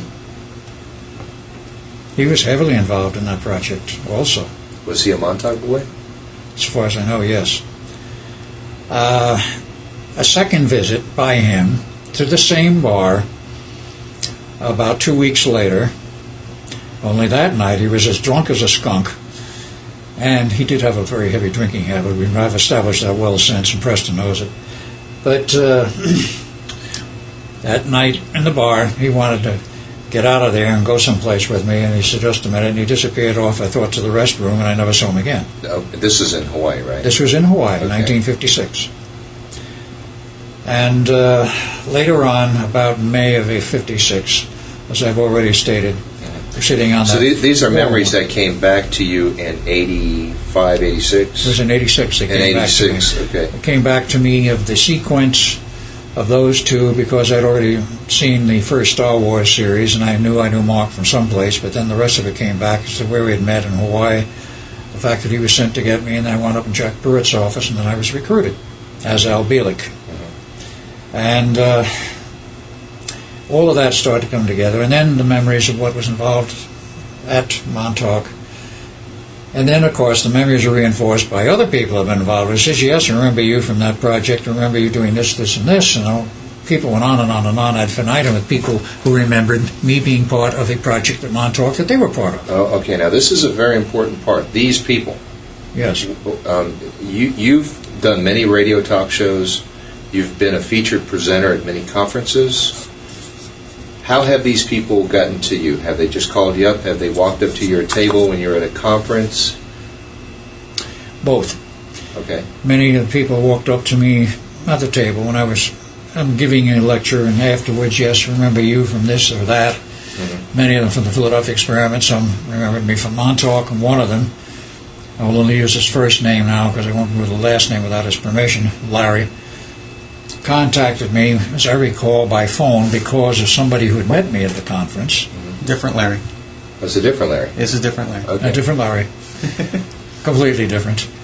And he told me about his work with the project and the time travel, and I had been part of the project he was on, and that they'd gone back into the past and re-engineered history in a number of projects, and he described to me one of the major ones, which was the Civil War. Mm-hmm. And he described in great detail a number of these things, and he said, you were there. At the Civil War? The Civil War, and others.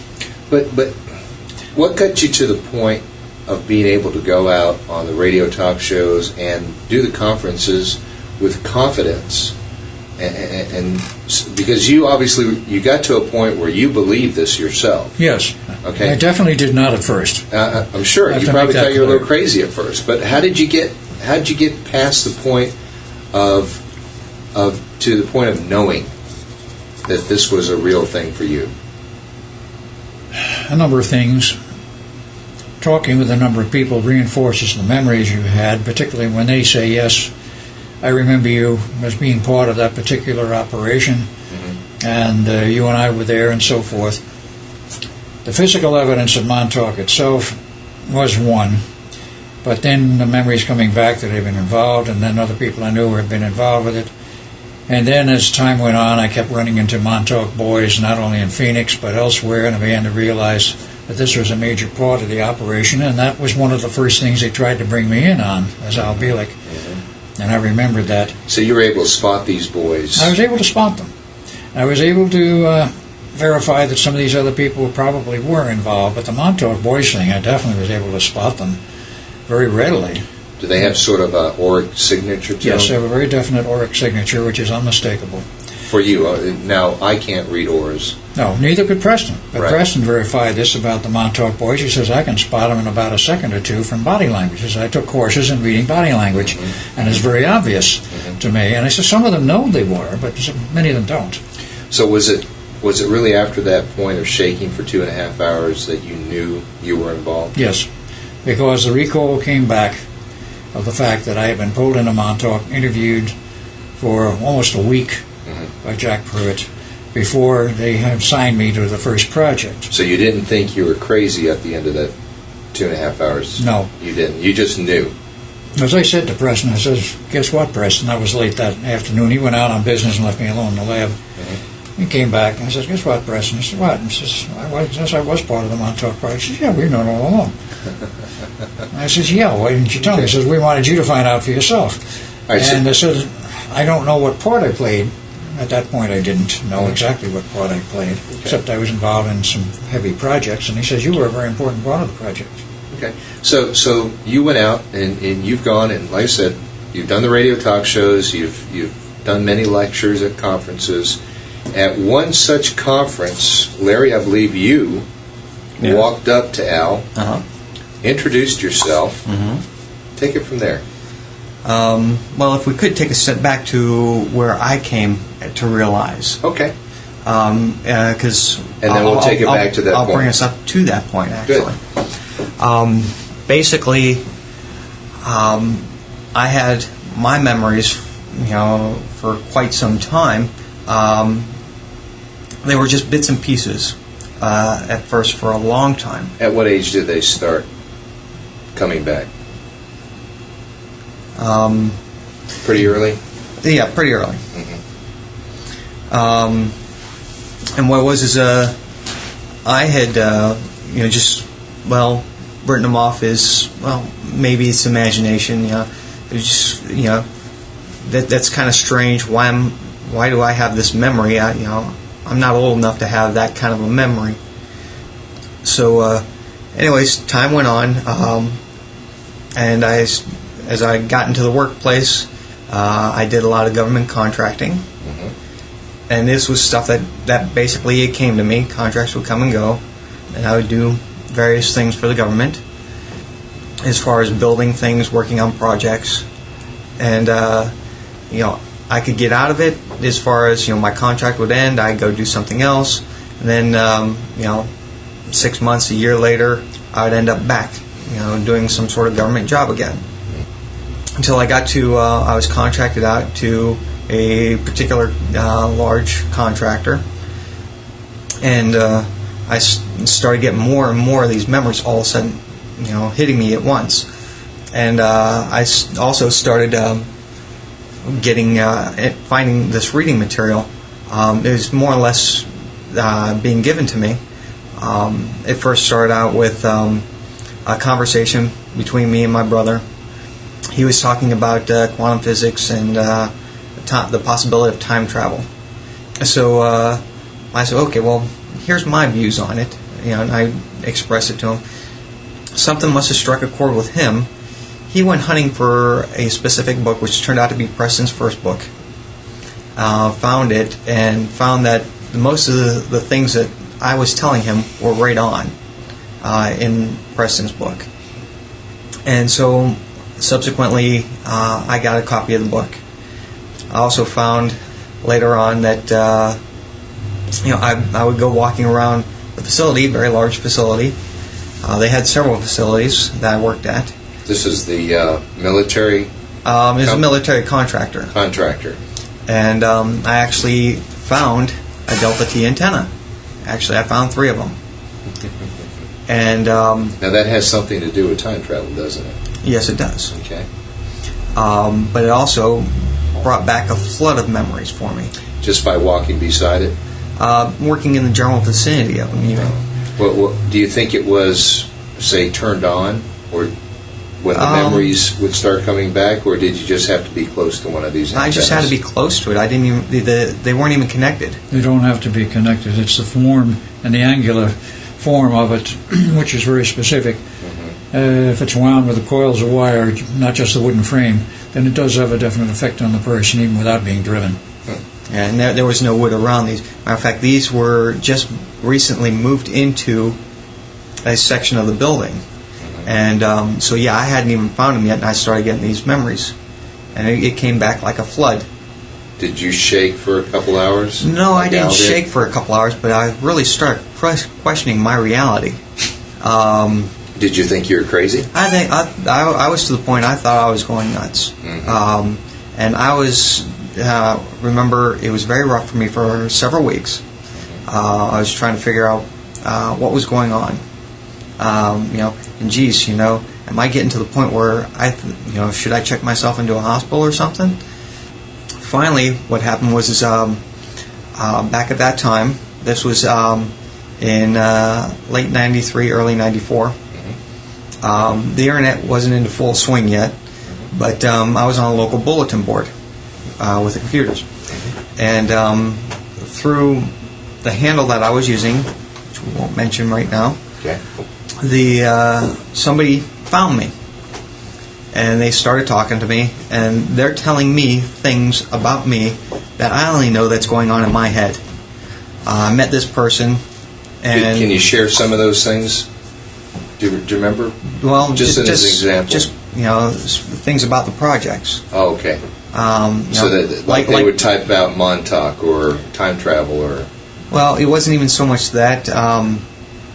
I connected with Preston's first book a lot, and I realized a lot of things.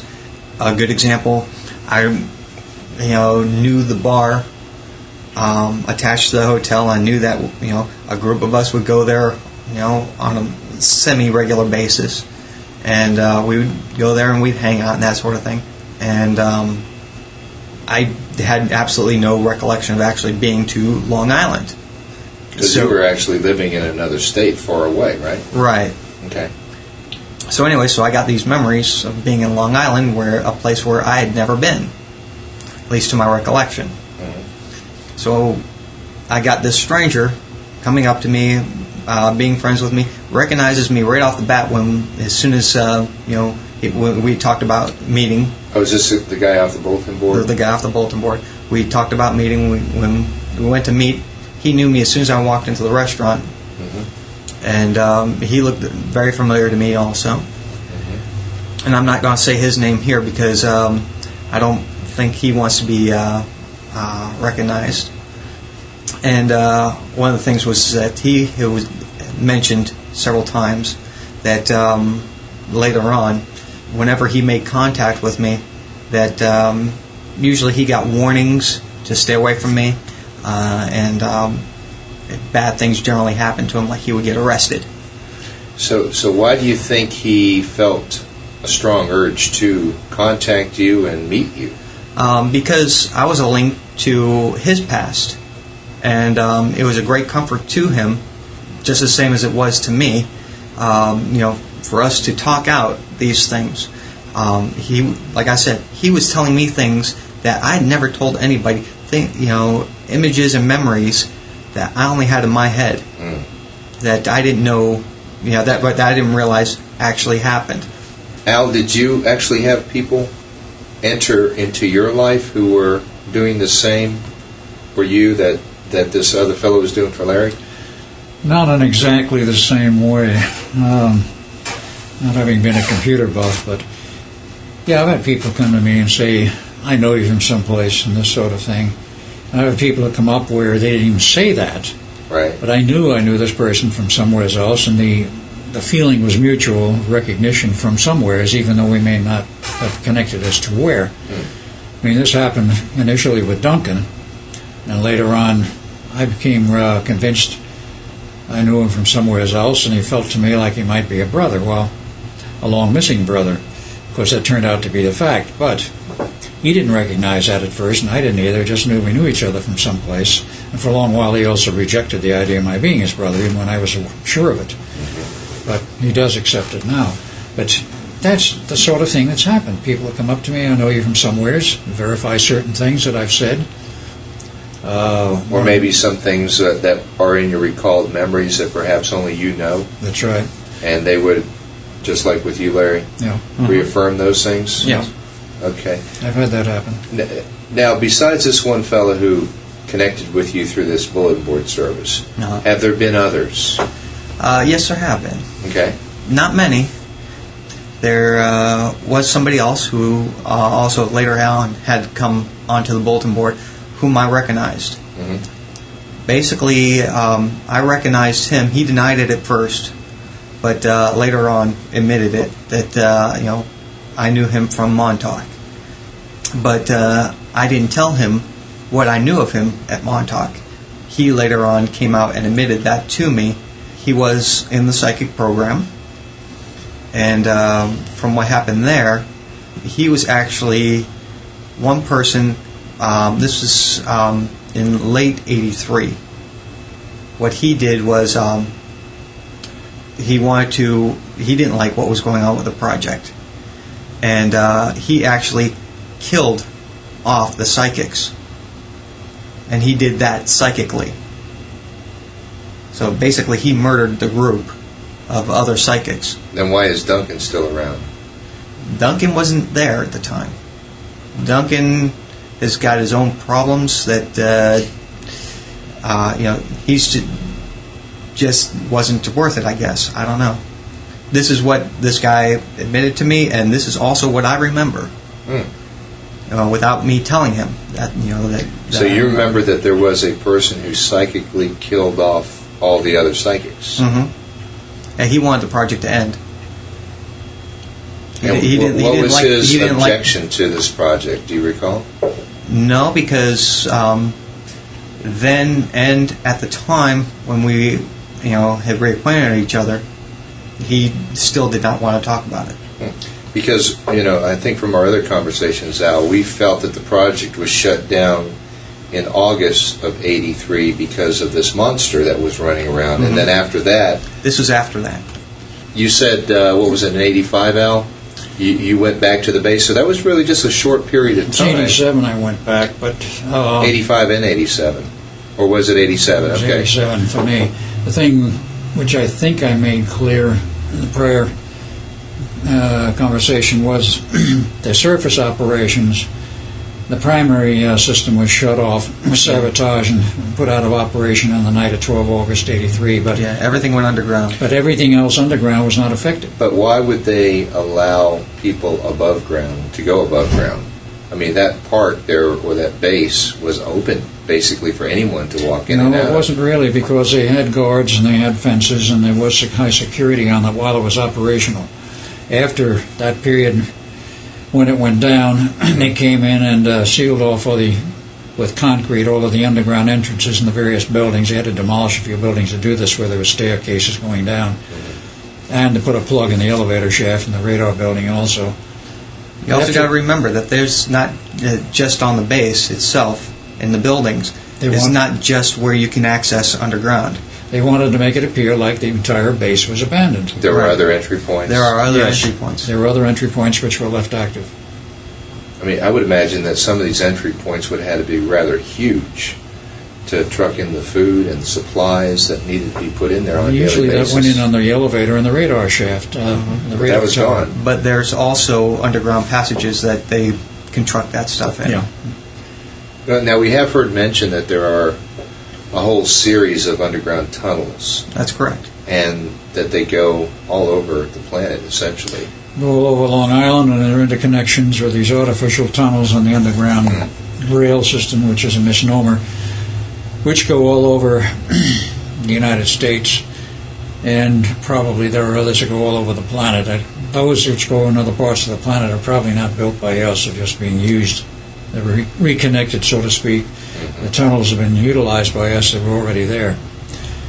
And much of the system, which started to be built in 1959 by the various contracting organizations to the military, was for the underground tunnel system, communication system, as connected with the bases they were building for the aliens. Now, there are other tunnels which have existed for a long period of time, and there are other cities underground which have existed for a very long period of time. They may well have been interconnected. Now, Al, you've been actually in this underground subway. We'll just call it a subway.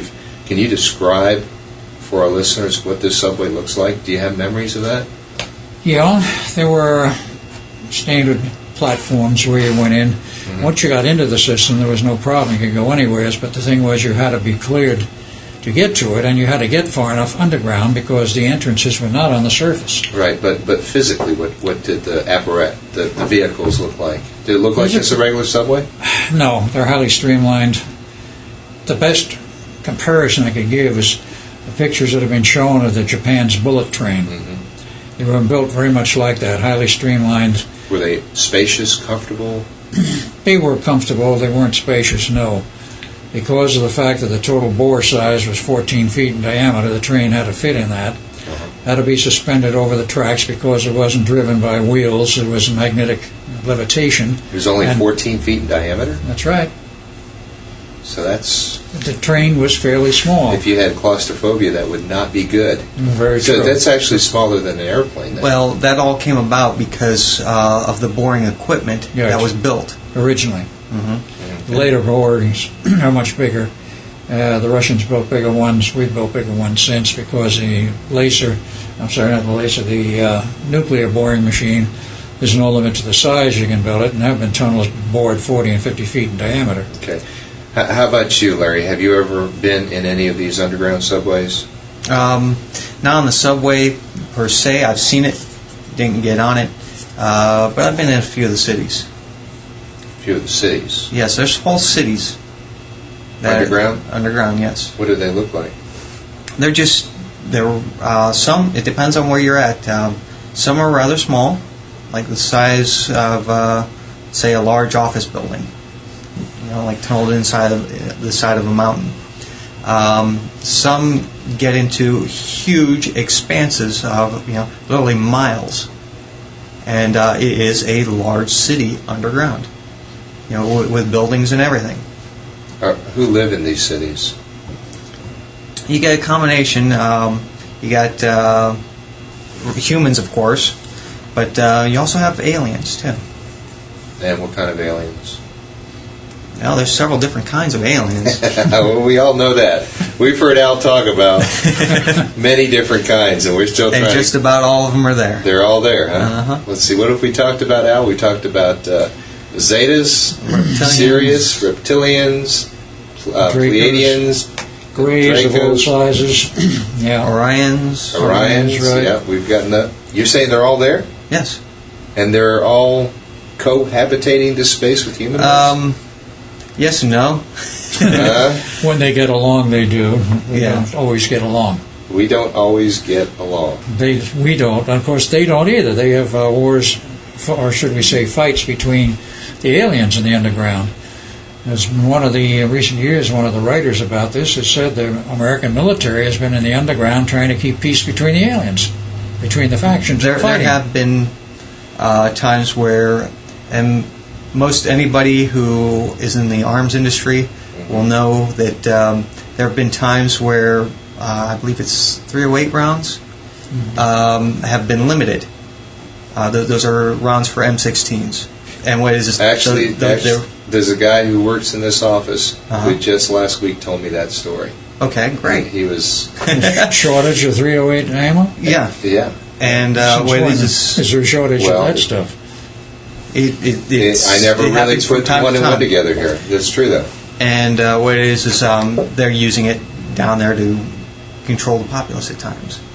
And so we have to, they regulate what's going out to the public because they can only make so much ammo at a time. We don't have any ammo factories underground.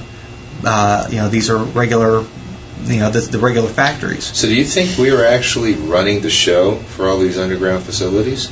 Are we in charge of them? That's a good question. Oh, yes and no. We're kind of folks. We get a lot of yes and no answers here. we act more like a UN, I guess. When you say we, are you talking about the United States or the secret government? The human populace. Human populace. Okay. Yeah, there is. We do have an actual UN force base, and anybody's free to go find information on that. And supposedly, what their job is to do is to regulate, things like satellites, who sends them up where, positioning of satellites, what's up there. But what they don't talk about is what's coming down from there. And from the satellites? No, from space. Oh. Meaning the aliens. Right. The ones who are invited and the ones who are uninvited. Who do we get along with? Who are our friends and who are our enemies? Your guess is as good as mine. I'm not. Well, you've seen them now. I've seen them, but that's about all I can attest to. Did you ever talk to any of them, Larry? Sure. Okay, which ones did you talk to? Well, Al and I have both talked to a particular friendly reptilian, which there's not many of them. That Draco guy? He was in Montauk. Was he in charge of the whole program, do you think? He was in charge of the alien interests. He represented all the alien interests from Montauk. He was not in charge of all of Montauk. But the alien agendas and programs and the alien people, groups that came in, he was the chief honcho. Like an ambassador. He also reported to, within whatever jurisdiction he had to report to the U.S. government and those who were running the program. You know what you could do for our listeners is to paint a visual picture. Al earlier talked about this Draco fella. Give us a visual of what he looked like, and was it a he, or are these reptilians androgynous? No, they're male and female. Now, Stu said that they're androgynous, so again, a little bit of a different story there. And we're going to get there could be a group that is, but it's not the ones I was familiar with. So this one you're saying was a male? Yeah. Okay. Yes, this was a male. No question. And from you too. Okay. Give us a picture. Larry, why don't you start out, and Al, fill in the gaps. Well, mostly, I guess they were like a grayish green in color. Well, basically, it's... How tall? Oh, they were over 6 feet.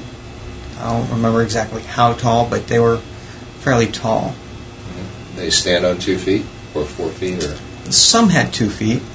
Some had, some had arms and limbs just like us. well, let's focus on this one fellow that you worked with at the. Yeah, he where has you arms saw and him. legs, but he also has a tail too. Does his tail go down to the ground? Yeah, it does. So does it drag on the ground, sort of like you see a dinosaur?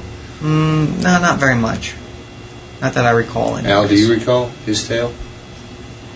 I don't, on that particular one, but there were others that had tails there. They usually reached to just about the ground. They didn't drag as such. So was it considered rude manners to look at a reptilian's tail? That's a very good point. I recall, yes, it was considered rude to stare at the tail. Do not stare at my tail. Right. Okay. Well, there again, when you're dealing with an alien type species, and you just interact with them, or try to anyways, like we would interact. And you try not to pay attention to the differences. Okay. Yeah. So it wasn't any big shock to you that here's this reptilian that you're talking to? No, because that was one of the things that we dealt with in the project. Mm-hmm. And, this is all happening while the project's running, and that was just one of the things that came along with the project. Now, did he speak to you, or did he think to you? Spoke to me. Yeah, he spoke to me also. They knew how to speak very well. They had a telepathic ability, but the problem was most people in the underground there, humans I'm speaking of, did not have a telepathic ability, so they generally spoke normal English. Did he have an accent, or what was his English like?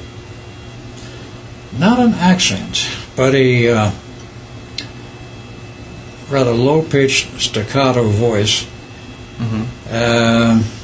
guttural. Sort of like this. Sort of like that. Okay. They had rather large... By the way, I'm not a reptilian. No.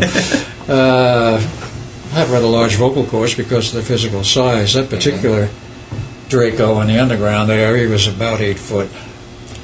Weighed about 450 pounds, as I remember. Yeah, they were large. And it's just, they had some. So you're saying there were many down there? Or just the one? Well, for that particular area. At my talk, there's only the one Draco. Right.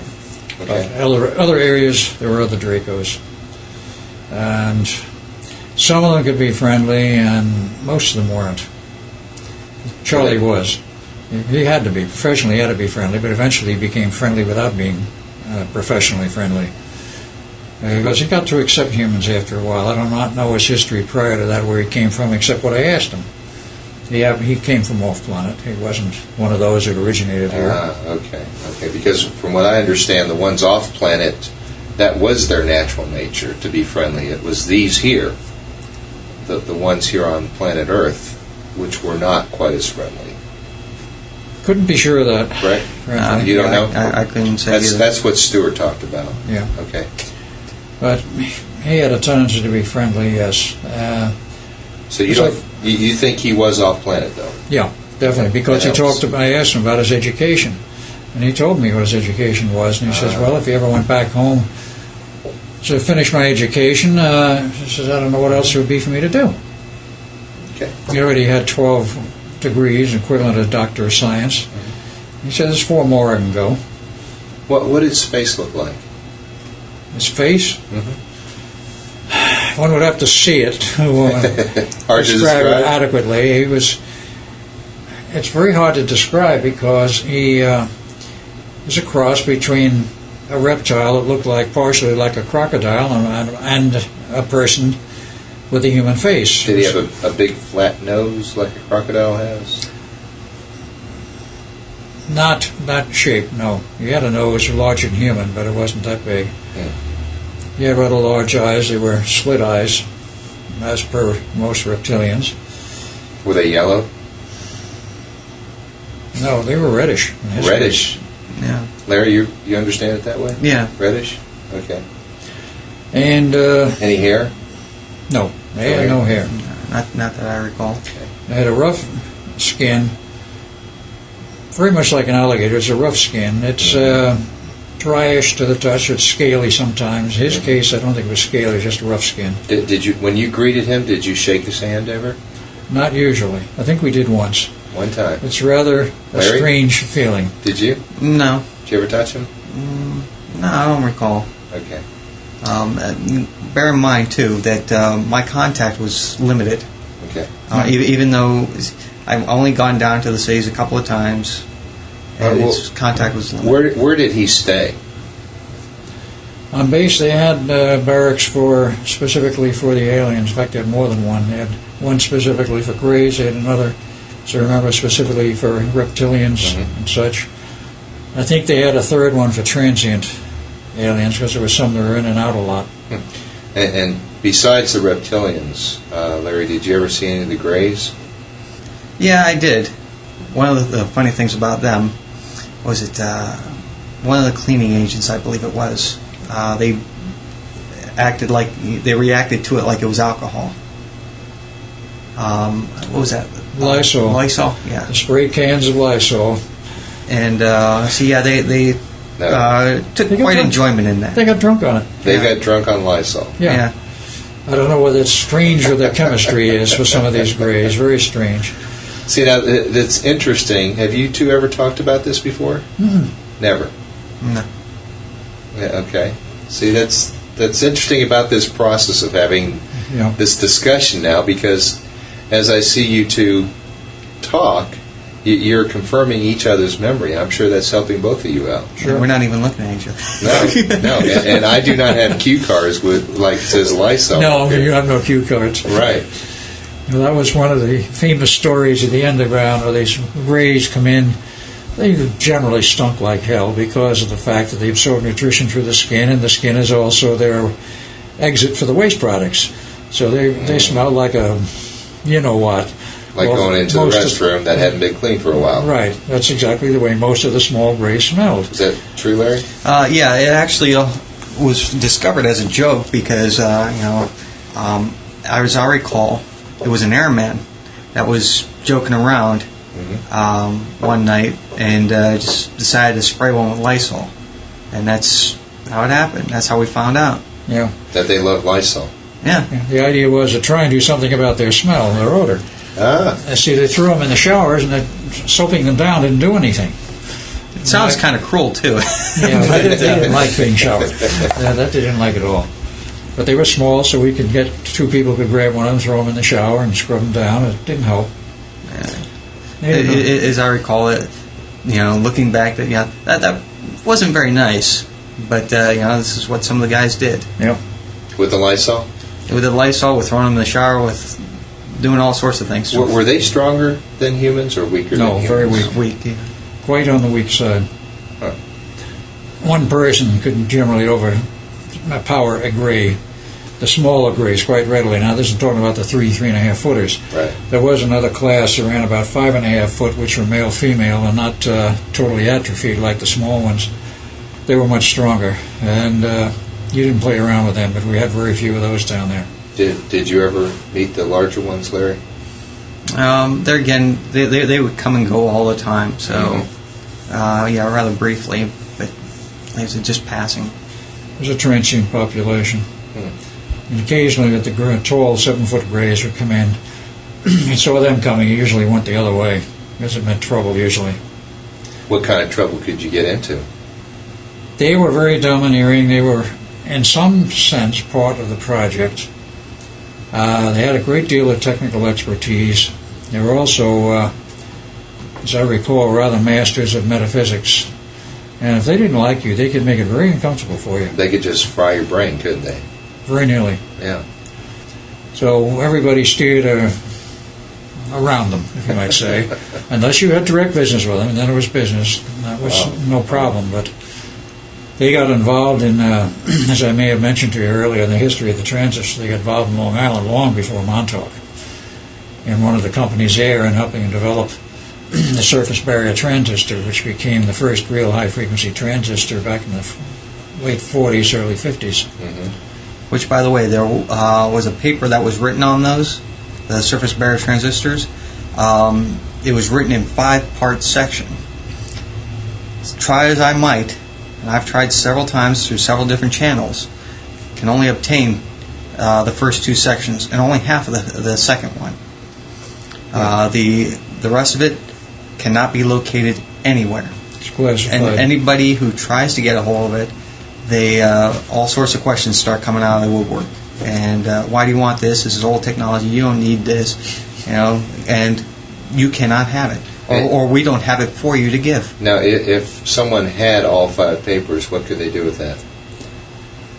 That's a very interesting question, because Preston found out in his experimentation and latching onto a bunch of these surplus surface barrier transistors, started doing some experimental work with them. He found out that they had extremely high frequency capabilities. They also had certain other characteristics of tunneling, I think he called it, and he wound up building a very strange little handheld portable device, which he never carried it further forward. I think he should have, but that's my opinion, which was driven by a standard 755 timer chip, which is very common, and it switched the device on and off with its input surface barrier base, and you put it in a standard circuit with a special coil.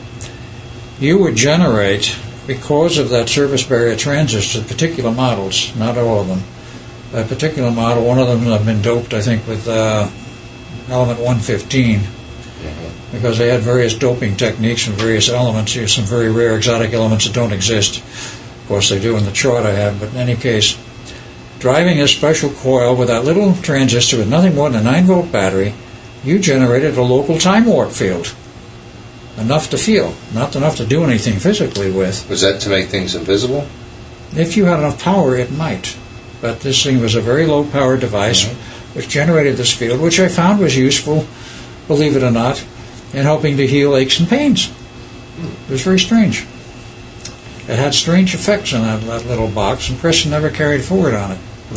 But the transistor devices went out of existence, theoretically. But 500,000 or more showed up surplus, both on Long Island and the, shall we say, in the private bins of the guy who upped the project along in the first place. 500,000? Yeah.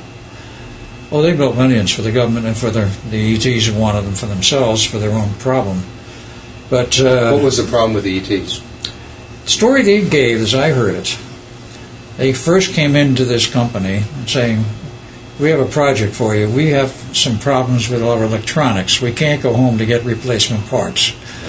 We have to have them built here. What group was this? This was the gray aliens, the tall ones. Right. It says communications equipment and such equipment on our ships are breaking down. We have transistor-like devices. You know something about transistors. They said these are very special devices. We'll show you how to build them. We'll show you the whole process, what equipment, machinery you have to build. It's important to note, though, that this was at a time in our history that transistors were very new to us. That's right. So this is in the 50s, right? This was in the late 40s. Yeah, late 40s. Yep. Wow. And the only transistors around at that time were the alloy junction devices built by Ma Bell, which were an abortion, really. They didn't work well at all. They worked to prove the principle. So did they help us with the technology? Oh, yes. Mm-hmm. They came in every day. They showed us how to build them, what machinery you needed, how to dope them with different compounds. Some cases there were 4 doping elements on that base, if you want to call it that. And they said, we'll take what we need. It says you or the government can take the rest of them, and you do whatever you want with them. Well, that spawned our whole technological revolution. It spawned an enormous technological revolution. Wow. They were building communications receivers. Actually, the proper term for them is not communications receivers, but one of the other military devices and a production line in State College, PA. I happened to be privy to that because I worked in State College for a year at a company. When they were about to let me go, the chief engineer of this company knew about me, asked me to come over and talk with him. He says, I would like to hire you if you're interested. So I got the shall we say, the cook's tour of the company and the production line. We're building these ECM receivers running up to 2,500 megahertz, 2.5 gigahertz in 1953 of solid-state devices. And I says, what the blazes are you using? I said, the devices don't exist like that. So, yes, they do. He says, I don't think we use devices like that today, year 2000. Oh, yes. At Yes. Oh, yes, now we do. As standard Yes. equipment? Yeah. At There are that devices gigahertz? even faster than that, Sure. standard devices. Okay. But in any case, he showed me, so he told me what they were. They were using devices built by Sprague and Philco. Philco had a particular term, they called them MADT devices. And they were built in a standard TO3 can, whereas these earlier devices were built in a little tiny, thin, pencil-like TO1 can. But he says, we have a certain way we can use them. We can run up to 2.5 gigs or even higher. And they said they're selective, but he says they work.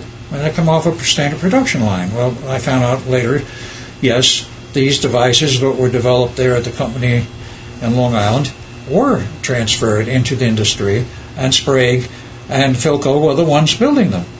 And he also told me another interesting anecdote. He said, we're using these devices, and they said they're starting to close out the production lines. We had to go back through the channels in the government to get them to continue the production lines because we needed these very specific devices because they would do what we wanted them to do. And the only thing he would say about it was a countermeasures piece of equipment, and he wouldn't tell me, of course, what it was for. Anybody who knows anything about government electronics can use their imaginations. But It's also interesting to note. I'm sorry, I don't mean to interrupt. Sure, now, let's go ahead. But I again have looked into some of these companies like Philco, and over the years they've been bought by other companies, and their libraries have been purged, and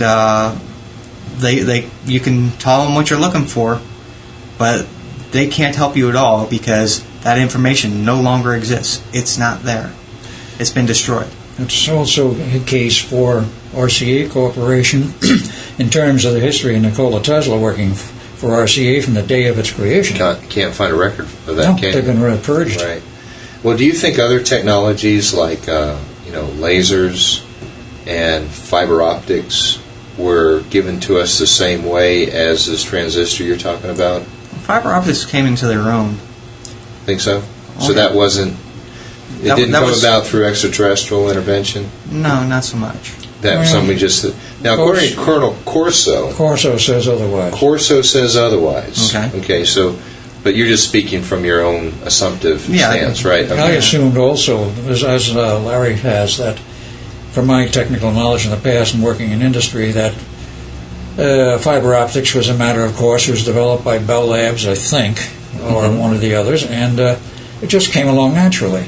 Corso says it was back engineered into industry through Ma Bell on a lot of these devices, and of course the integrated circuit chip, he insists also was back engineered into industry, but the ones that they came off of the crashed vehicle in Roswell, New Mexico, were so fast that even to this day they can't use them. There's a company in New Jersey that's remanufacturing those devices with the speed operational speeds past 1 gigahertz. Do you remember that name of that company?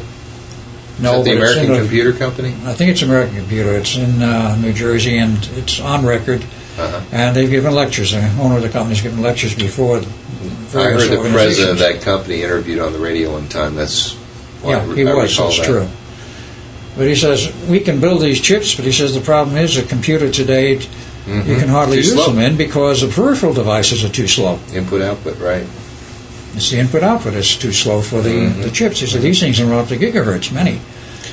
So let's get back to our central question: how do you know you're not crazy?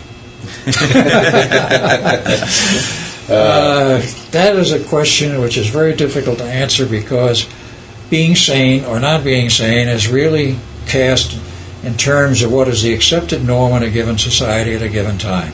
And the psychologists and psychiatrists change their definitions periodically. It may broaden, it may shift a little, and so forth. Like, if you were to say 100 years ago there would be flying jets and we'd be going to the moon, you would have been judged crazy. Today it's by commonplace. some, by some, true. By some would judge me crazy, and some would say I'm a futurist. Yes, that's true. And buy my book if I was Jules Verne. That attitude is much more common today. But 100 years ago, the religious viewpoints prevailed, and if you countered those, you were in trouble. That's true. But well, I would like to address what you're asking, and I go back to where my recollections, where I was at a point in my life where I was like, well, geez, what is this? Why am I having these memories? of things that I don't think I don't recall happening, and then somebody coming to me and telling me, who themselves profess that they weren't a psychic, as in the case of somebody else, they said they were. They were talking about things that only I knew about in my head. But that's one person. Okay. Then we go back to where I met Al.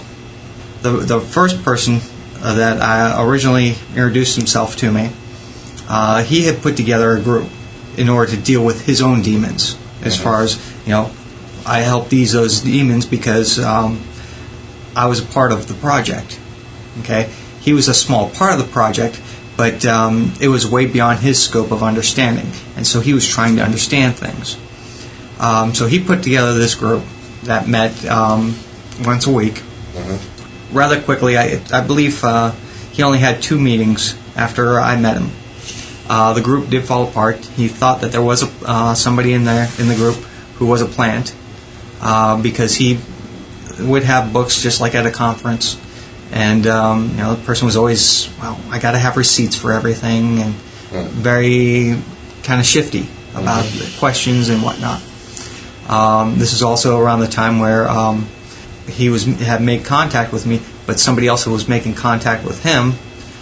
They made several claims. One of the claims was he was a DEA agent, but regardless, told him to stay away from me, made threats to him and his family, and subsequently the meetings, people stopped coming. Subsequently, after not laying low with me, he ended up in jail. But that was after his house had been robbed. He was repairing computer equipment at the time at home. That was part of what he did, to make a living. He had gone away for a weekend and come back, and pretty much his house was emptied. So, and when he called the cops, the cops came. So how did that event help verify for you that these other events were real? 2 years later, I ran into a couple that I knew from this group. I was eating lunch. It was kind of an odd thing in the first place that it was a restaurant I didn't normally go to, but I did go to every once in a while. I just happened to run into these folks. They said, by the way, there's a Earth Science convention down at the fairgrounds. I was like, I've never really been to one of those things. Well, you ought to go, just check it out. Well, it's this place, you got kind of, strange people around there, and you got those Earth Sciences convention. It was the Global Science. Global Sciences, yeah. Yeah, Global Sciences. Yeah, that was where you met me. And and that's what I'm getting to is, I walked into the place, and I was just kind of wandering around. There again, like I said, it was just an odd day because it was a day off for me, which was a rare thing. And even to this day, it's still a rare thing. Because sometimes I can work 6 and 7 days a week. Anyways, make a long story short, I'm walking around this convention. I'm at this table. I'm looking at somebody's gadgets, and I look up and I see Al. And I said, Al. And he said, what? I said, I know you. And did you know his name? Yes.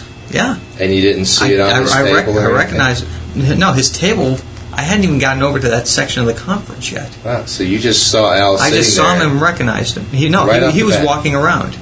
Oh, you weren't even sitting at your table? No, he wasn't sitting at his table. He was walking around. No, he was looking at some of the exhibits. We'll get up from the table and wander around to see who else is there and what other displays are on. So you two ran into each other? Yeah, at the conference. It was in Florida. Oh, and Larry, then you just said, Al? So, what the hell you doing here? I said, Al, you and I got to sit down. We got to talk. Yeah. You remember that, Al? Yep. And how long? Came up, not only that, he showed me his badges, his ID, and his prior security clearance, because he used to work for a company up here at one time. It was that's another strange thing that I always have run into is any place I've worked, I've always left with my security badges, In the defense industry, that's something you don't normally do. That's right. And I've always been able to keep them for whatever reason. I don't know. I just, whenever the job ends, nobody's ever asked for me to turn them in, so I never turn them in. To me, it almost sounds like there's an orchestration. Oh, definitely. Way behind the scenes going on to bring all of you together. Because, absolutely. A, what was the chance that you two would have met? I mean, here it is, a rare day off. Even with that, you just happened to run into Al. Right. And what are the chances of you being on this bulletin board and this other fellow? See, 93 was a big year for me as far as all this stuff coming up. I was still working with that big corporation. What was this, one of the strange things, I had been working with that corporation for quite some time. I guess it was about a year and a half of getting my daily passes. My name was on a list every day. I went in, here's my ID. They gave me a paper pass for the day. This is a security clearance? Security pass. So that you can get into certain areas? Right. Okay. Then what happened was they decided, well, I was working there enough that I should get a permanent pass. They ran me through security, ran my social security number through, and my name. My boss comes up to me, and he says, "What's going on?" I said, "Well, what do you mean?" He says, "Well, we ran you through your security check, and damn, you've got higher clearance than most of the people in this building." Probably including him. Let alone with this company. Oh, way beyond him. He was, he's just a contractor. Just like I was. But but I got a clearance that's higher than the average person in the company. And he says, well, what's the deal here? I said, well, I don't know. It must be from when I worked at another, highly sensitive institution, that was directly for the government, but still semi-privatized. He says, well, why do you have this clearance? Well, I didn't know what to say to him. I said, well, do you really need to know? He says, well, I would like to know. I said, well, if you don't need to know, then, it's a need-to-know basis. You don't need to know. It's just one good way of getting off the hook.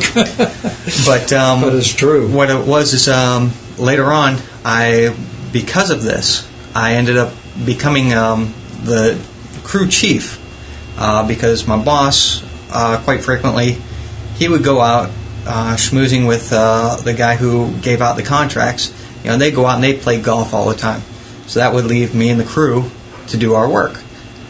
Basically, what would happen was my boss would come in and say, okay, here's the prints. This is what you need to do. You need to do this, this, and that. And have fun. And I would take the crew and I would supervise them and make sure that all that work got done.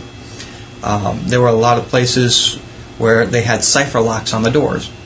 A lot of those numbers, I was told I could get into them at any time I wanted. If I didn't know it, all I had to do was call somebody from security. I need to get in this door. They would let me in. I had several instances where people would say, well, you can't come in this area. It's a top secret area. I say, I don't care. I'm coming in. And my crew is coming in. They would say, no, you're not. I say, okay, you got a choice. You can either let me in or you can call security and they'll let me in. Really helped out a lot because even as a contractor, we were supposed to be in those areas, but we weren't. So it was a really gray area. So do you think you had this high security clearance because of your work at Montauk, or? I can only assume that. You can only assume that. So let's go back a little bit and say, what's orchestrating all of this? You two are now together. You're talking. You recognize each other. Many things are happening to bring this event up to the surface. What's going on? What do you think is... That's a very good question, because I've had my ups and downs with security clearances, and there was a time in 1986 when I tried to go to work with Preston's company, AIL, Airborne Instrument Laboratories, and I ran into a roadblock on my clearance, and I also ran into another problem which has never been completely resolved. Somebody else had been there as an engineer working in the same department I was alleged or expected to join. He had in his fingerprints, he had 3 2 or 3 fingers had identical prints as mine. It not only completely tore up their security department there, but it went to the FBI, and the FBI said this is impossible. Because all the theory says no 2 people have identical fingerprints, period, no matter how many people there are. And they found out that was the case. Well, I didn't get my clearance. Eventually, I was told I could get a clearance. I'd already gotten another job. And this was on Long Island. And but we're exploring what's going on right now. What's going on? What is the agenda of bringing all of us together? You know, this brings up a point because he's kept his clearances. Mm-hmm. So far as I know, You mine haven't. died. Mm-hmm. But I'm going to have to check that to see whether, as of right now, whether they are dead or not. And there's only one way I know I can check it, and I will do that. If I find my clearances are alive and well, like I once had, and I know what level I once had, Mm-hmm. it's very far up, like he's had. Mm-hmm. If that turns out to be alive and well, that means I've been back clandestinely in the government operations, which I'm fairly sure is currently happening. Mm-hmm. Because of certain things that happened to both him and myself, sometimes simultaneously, like that famous little weekend in Dobbins, Yes. the underground at Dobbins Air Force Base. We called each other the next day. We both knew we'd been there. Did you feel rough Yes, that morning? we felt a little rough. Yeah. And so let's picture this. Here it is nighttime. You go to bed. What is it? The time tunnels or the time machines grab you, take Whatever you to it was, Dodge. Whatever it was, something Yeah. grabbed you. Right. Yeah, Both of you. right. Okay. How long of a period were you actually there working? Do you think? We were there, so far as we know, most of that night. Just Yeah. that night. Okay. Yeah. It seems to be, it happened that way. Though sometimes, it can be a day or two. But another thing about this specific incident, at Dobbins, is I was telling Al about, hey, everybody was celebrating because you had figured out a problem. He then reiterated to me what that problem was. So here we are, literally, hundreds of miles apart, but yet we're both talking about the same thing. What was and we that both problem know. you solved, Al? I have the vaguest notion right now. I do know that we were tentatively called in for a resurrection of an old project. Right. And I had further contact with the Navy captain who was in charge of the recruiting, I guess you would say, who finally told me, he says, the project has been canceled. I've learned since it wasn't canceled, but he says, you are relieved without prejudice, which means somebody else can pick me up and use me if they want. They didn't dismiss me from the project for some reason. Yeah. I was just... Do you think when you're at these projects you're a different person mentally?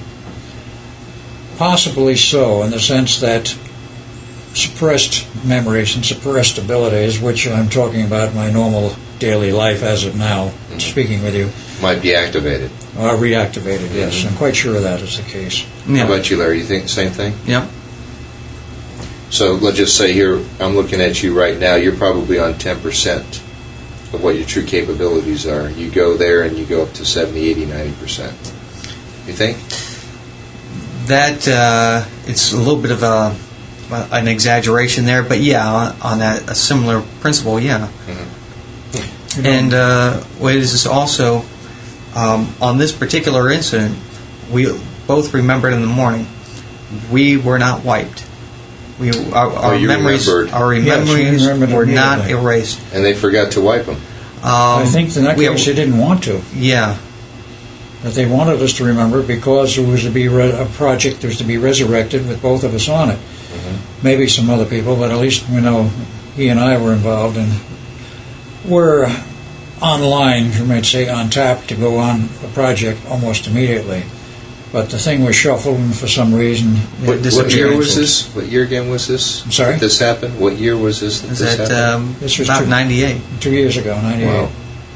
So you both believe you're still actively involved Oh, in very much these, so. Oh, yeah. in these projects? It's well hidden, but we are involved because there are nights when I wake up the next morning, either one or two things happens, if not both.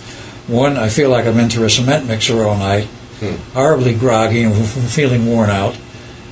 or the bed covers, which are anchored normally as you expect in a bed with the sheets and the blankets and so forth, off the bed all over the place. I don't sleep like that. Larry, how about you?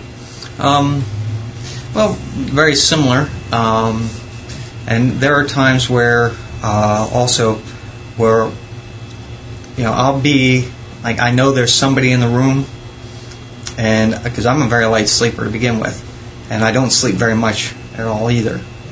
It's almost like I can't wake up. I can try. I know I need to get up. It's an urgency, but I can't get up. In plain language, you can't move. Yeah, you can't move. You can't move. You try to open your eyes and your eyelids flutter, and consciously something's going on. There's not much you can do about it. So that something going on is happening at the point where they're grabbing you and taking you there, or does your body, or does your body actually stay in your bed the whole night? Oh, no. So it's gone. So if I went by your... It's physically extracted. And that can also, too, happen in a matter of seconds. Yeah. And they could put you back a millisecond afterwards. There's been times where it's almost like, I don't know, like you get a tick. Basically, what it is you get removed, you're taken off to do whatever, but a second later, in reality, you're back, but you get put back in the wrong position. So it's like all of a sudden you're like that. You just kind of it's almost like you jump. Wow. Is this a very fearful experience for you? When you feel that presence there in the room with you? When the presence is in the room, yeah, definitely. See, I myself have had a handful of times when I would wake up in the middle of the night and feel like there's this huge creature bearing down on me. And the more I feared it, the stronger it became. Is this a similar thing for you? No, because what it is you get into almost like a panic state. They're here. I got to get up. I got to wake up. I got to do something. But I couldn't move. You can't. I couldn't move. But I was able to get rid of it, though. Well, they're usually leaving on their own anyways. Oh, so it wasn't anything I did, huh? Well, I can't speak for you. I just know what happens in my case. I myself don't have any of these memories you're talking about, and I doubt I was actually in any of this. So that's one of the newer techniques. They didn't have that perfected at first. You might be out for a week and you come back the next morning. Today they can do it, so you can be gone days, weeks, months, and they'll drop you back in within a split second, sometimes milliseconds of when it took you, because that automatically wipes the memory, because all you have is a continuity here in the body with a very, very slight little break, a tick, if you will, and then you continue on. Well, nothing's happened. I don't know what that was, sort of thing, and all of those memories, they don't even have to erase them for you. Oh, you're going to do that? You do it yourself. I mean, your conscious and subconscious. Your conscious will not accept anything else has happened unless you have the presence of mind to go back and try and look and see, did something happen? And literally expand that little tiny break. And sometimes that takes, a couple of days. They can do that. They can take days or weeks. That's what I finally did. To sort it out. Right. Yeah, I finally did that in the instance of recalling my involvement with Montauk. The fact that time when I was on the seawall in Hawaii outside the Royal Hawaiian Hotel, another experience that night, I went back and I finally, my memory, I just kept pulling that thing apart to see what's really here, and then I saw myself going down the tunnel and winding up in Pruitt's office. It's very, very advanced. It's a very fine art, the way they do it now, really. Unbelievable. It is. It's quite unbelievable. The average person would not believe this. Well, it's a good way of getting cheap labor, too. Oh, yes, it is, because they never pay you. You don't get a paycheck. No paycheck. The thing that I think most of us couldn't understand is, let's just say you've taken to Dobbins Air Force Base. What is it inside of you that allows you to agree to work? That's a good question. I don't know if it's a matter of something allowing you to work, or whether you're in the habit, or whether you are, upon arrival, shifted back into your mindset that you had previously, where you had already accepted the idea of working in there, and how far back does this acceptance go? At the beginning, someplace, they had to entice you into accepting working for them. In my case, at Montauk, it was, they went and showed me a UFO. First, they knew I was interested in UFOs and that sort of thing, because I have been for years. How would you like to see one? Well, come with me, says Jack Pruitt. So he shows me this thing, and then he says, after he sees me looking at this thing, he says, how would you like to work on it? We need to do certain things, find certain things out about it, and so forth. They had me hooked right there. Because, yes, I said, of course. See, I made the decision. But once you've made that decision, whatever it is they got you hooked on, whatever it is you want to be part of. It's like a drug almost. It's almost like a drug after that. Well, yeah. How about you there from that point on? You find it very hard to say no. You can come up to a point and say, this is enough, no more. Right. And then they will try to get you back in, but they have to stop if you've put your foot down real hard, because they know you're not going to cooperate. And if you're not going to cooperate, they're not going to get anything out of you. And they want work. How about you, Larry? And that's very true. You can put your foot down. Of course, they don't like that, but you can do it. On the other hand, you also got to look at the larger picture. Yeah. And what it is if you don't do it, what you affect by not doing it. Yeah. If you don't do the work, you mean? Right.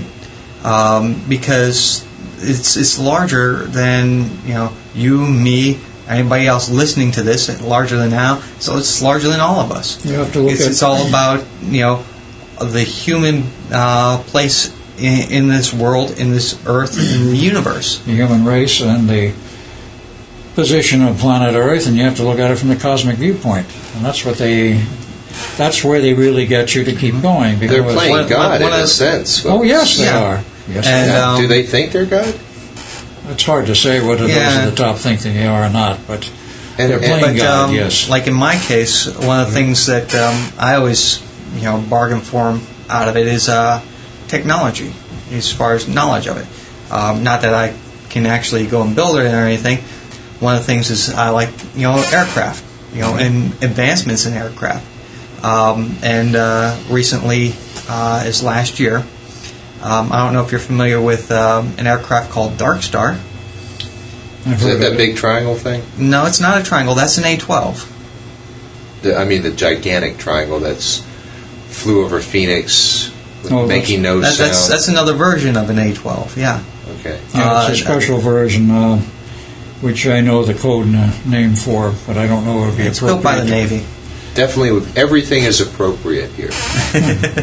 But anyways, basically, this is a large aircraft. The Dark Star itself, and there's several different variants of it, but it's an unmanned aircraft. Well, what they've done is they've built a huge, larger version that is manned, and it's a bomber. And basically, it's got straight out wings. It's got a bulbous nose that's rounded almost flat on top, but it's got straight out razor wings. So did you get to fly this thing? No, I just got to view it. And I also got to see a tour facility where it was built and see models of it. So because you love this aircraft stuff so much, that's what keeps you going in this program? This is just one of the give-yas. One of the many perks. This is one of the perks, yeah. I hope they do a little better than that. And they, well, they'll only do so much. I mean, they can't take care of you monetarily because that's actually how they're keeping you on the ropes. You have to be a little broke, don't you? Yeah. But anyways, what the other interesting thing about this particular aircraft, the bomber, has totally covered with, it's not only stealth, but it has pixelated skin. In other words, if it's sitting on the desert floor, which is, I had seen it inside a hangar in the desert, where they were testing it. It has a desert camouflage to it. There's little cameras all over, CCD cameras. So it looks just like the desert. It looks just like whatever's opposite it. So yeah, it's looking at the desert floor. The desert floor is on the roof. It's But if you're looking at it from the sky, you're seeing the sky on the bottom. But if we have the ability to make things invisible, why bother with that? It's just another step in everyday people accepting technology. You have to slowly progress in the technology, which brings us back to the point of aliens. And I bring that up because if you notice, there's been a trend over the last 20 years where our parents, our grandparents, if you were to place an alien in front of them today, they would freak out. Oh God, no. See, I have heard that argument so many times. I would disagree. Well, the thing is, and I may be wrong. I'll hold that point. But I'm well, they've been integrated growing up, through movies and whatnot, science fiction. To accept them, I know. Even in not even so much to accept them, but what sells? Violence is what sells, as far as that goes. Sex and violence. And so, they've been brought up. Aliens are coming to destroy the Earth. Yeah, violent alien sci-fi wars and all of that. That goes fairly well. But there've been a lot of good alien programs. But see, that's within the last 20 years. Okay, and basically what that is, that's building up slowly from generation to generation a tolerance to it and a more of an acceptance. Now you see it today in like the head shops, like Spencer's. Well, listen, I have young children. And sometimes I see some of the television programs that they watch, and lo and behold, there's some reptilian-like figures in some of the programs which they watch, and there must be something to that.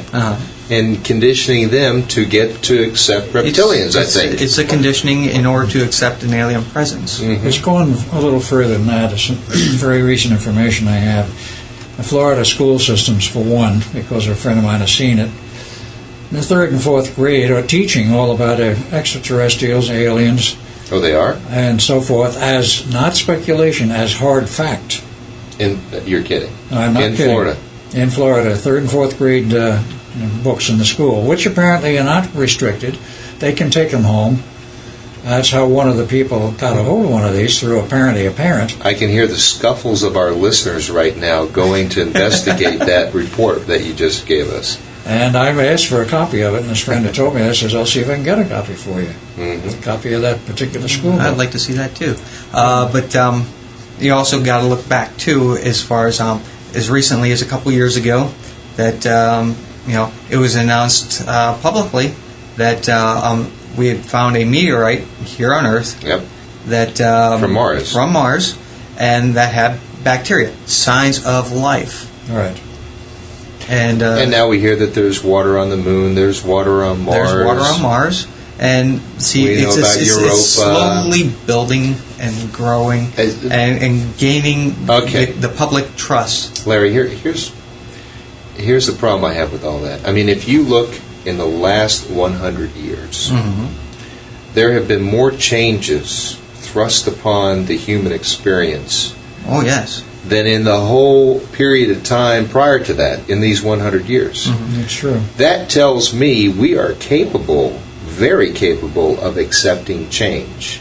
Now, you're telling me that we're not capable of accepting change, and that's where I have the problem with this. I'm talking about older generations, and what it is what they're doing is integrating into the younger generations, so that this becomes more acceptable.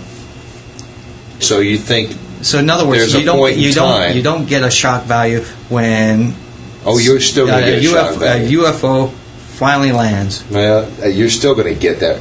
In fact, you're still going to get a bunch of rednecks here in Georgia running out with shotguns. Oh, that's for sure. Well, no matter how much. But see, that's why they're working up and building up to a point where will be a lot more acceptable for the average person to accept. So when will they know then?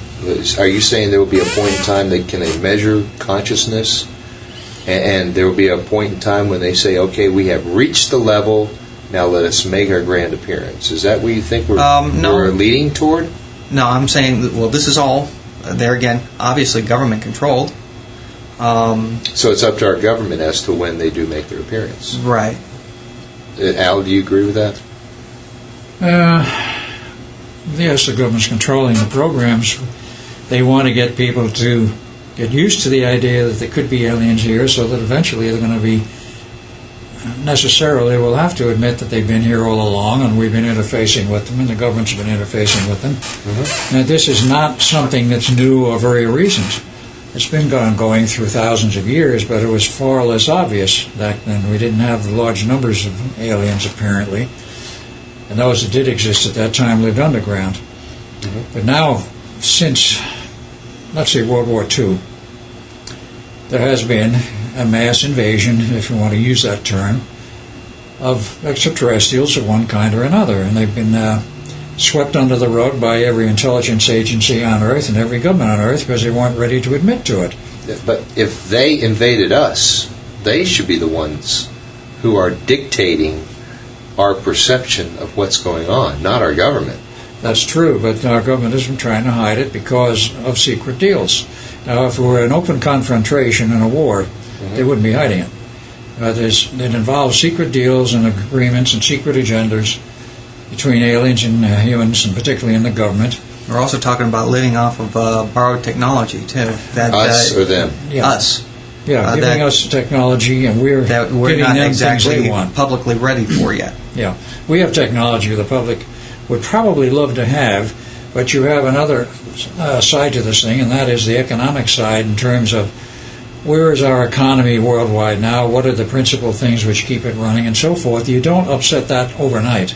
You don't suddenly come up with free energy overnight to replace gasoline and fuels, even though today on TV, actually President Clinton was talking about there are all kinds of new technologies in the wings which are going to change the whole structure of fuel consumption drastically. He actually said this on TV today. I've seen over the recent weeks with our dealings with OPEC, that again, we're kind of dating ourselves with this, but still, we can actually deal without them. We can. And there are several cities in the northern regions that their buses are being converted to actually run on fry grease, which is technology that has been around for quite some time. What kind of grease? Fry grease. Oh, fry grease, yeah. But that's going to come from somewhere. Yeah, it comes from the restaurants. Free. They throw it out. Mm. So you're saying these buses smell like French fries, huh? In a sense of more advanced technology. This is something that has been recent in the news. Yeah. This is another example in terms of more advanced technology. Of course, the rumors have been around for years about possibly using a hydrogen engine or burning water and so forth. I know a company where they did successfully do this, and they were put out of business because of the powers that be, to use a loose term, don't want to take a gasoline engine, which normally runs on gasoline, and by putting certain electronic components and injectors in the holes where the spark plugs normally go, quite literally convert it to, so you put water in the tank and you burn water. Yeah. This has been proven. It does work. I know that people have worked on the project. Oh, they're all dead now, probably. The head man is dead. Exactly. And this is the problem. There's those who do not want this kind of advanced technology, particularly in terms of the automobile. Well, because it's money out of their pocket. What exactly. do you want to say, Larry? Back in the early 80s, I don't know if you remember, I remember quite well, that there was a whole big article, and it was big news at the time, and it's kind of fallen by the wayside, that they had developed an engine that ran on corn alcohol, grain alcohol. I think I remember that. Yes, I do. Well, this is something that was very big, big news, published everywhere, then all of a sudden it just kind of fell by the wayside. It died on the vine.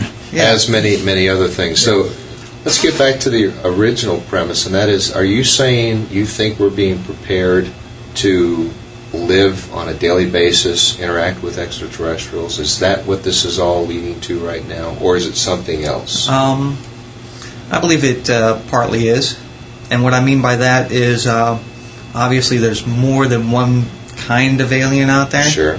We've covered those. And some are friendly, some are not. They have their internal problems with each other and with other groups. and it's a matter of figuring out who our ally is and who isn't. So maybe we haven't made that choice yet. That's true. And until we make that choice, it will remain a hidden secret. Sure. And who is the we in that when it comes to making the choice? Well, that becomes the crux of the whole thing of the so-called secret world government and the New World Order. Are they the ones who are the we? They that will basically make the choice? are the ones that are we, because they sit in the positions of power and money and dominance over industry, and they are the ones that are looking at the long term to see how can we benefit from this. Not so much how can the average human benefit from it, but how can we as a corporate entity or a government entity benefit from this. And have we been put into a position, this is the other side of the coin, have we been put in a position where we have to make an agreement because they're threatening us, or do we have a complete handle on the situation? My feeling is today, not 1947, but today, let's say the last 10 years, And we have a handle on the situation. Today being October the 5th, year 2000. Right. Okay. We have weapon systems today because of alien cooperation and interfacing. We have weapon systems today which can keep them at bay, keep them from landing on Earth. And if they do happen to land on Earth, we have weapons that can wipe them out even if we take part of the Earth with us. Sounds kind of strange because, we didn't have those weapons and they didn't run us out of here. They didn't run us out of here Right. for the simple reason we had enough weapons, namely nuclear, that, as Victor J. Corser said in the conferences he knew of, many conferences between aliens and our government and other governments, you land here and try to take over part of the Earth, we'll make it such a high, costly operation for you, you won't do it. It says, we'll blast that part of Earth to hell and live on the rest of it. And we have the weapons to do it, and you know it. Meaning nuclear weapons, standard nuclear weapons. But couldn't they neutralize those weapons? No, apparently they couldn't. We have gone past the point of the older triggering systems to very sophisticated systems where actually they can be detonated accidentally, and this did happen in one case, Flight 800, which is a long story we won't go into. And we have much better weaponry, we have much better control, we have far more advanced weapons than nukes now. Consequently, we are in a driver's seat in the sense if you want to cooperate with us, that's fine, we can both benefit. Now, it sounds like we're at the point of being at a Mexican standoff, waiting to see who blinks first. That may also well be true. I cannot deny that possibility. Larry? No, I have to agree there. And I think with that, we're going to end this part of the conversation. It's been a great hour and a half talking about, or really addressing the question about your level of sanity and where this belief comes from and how you get it. I think you really did a great job of going in depth and helping the listeners to better for themselves answer the question, are we dealing with fact or are we dealing with fiction?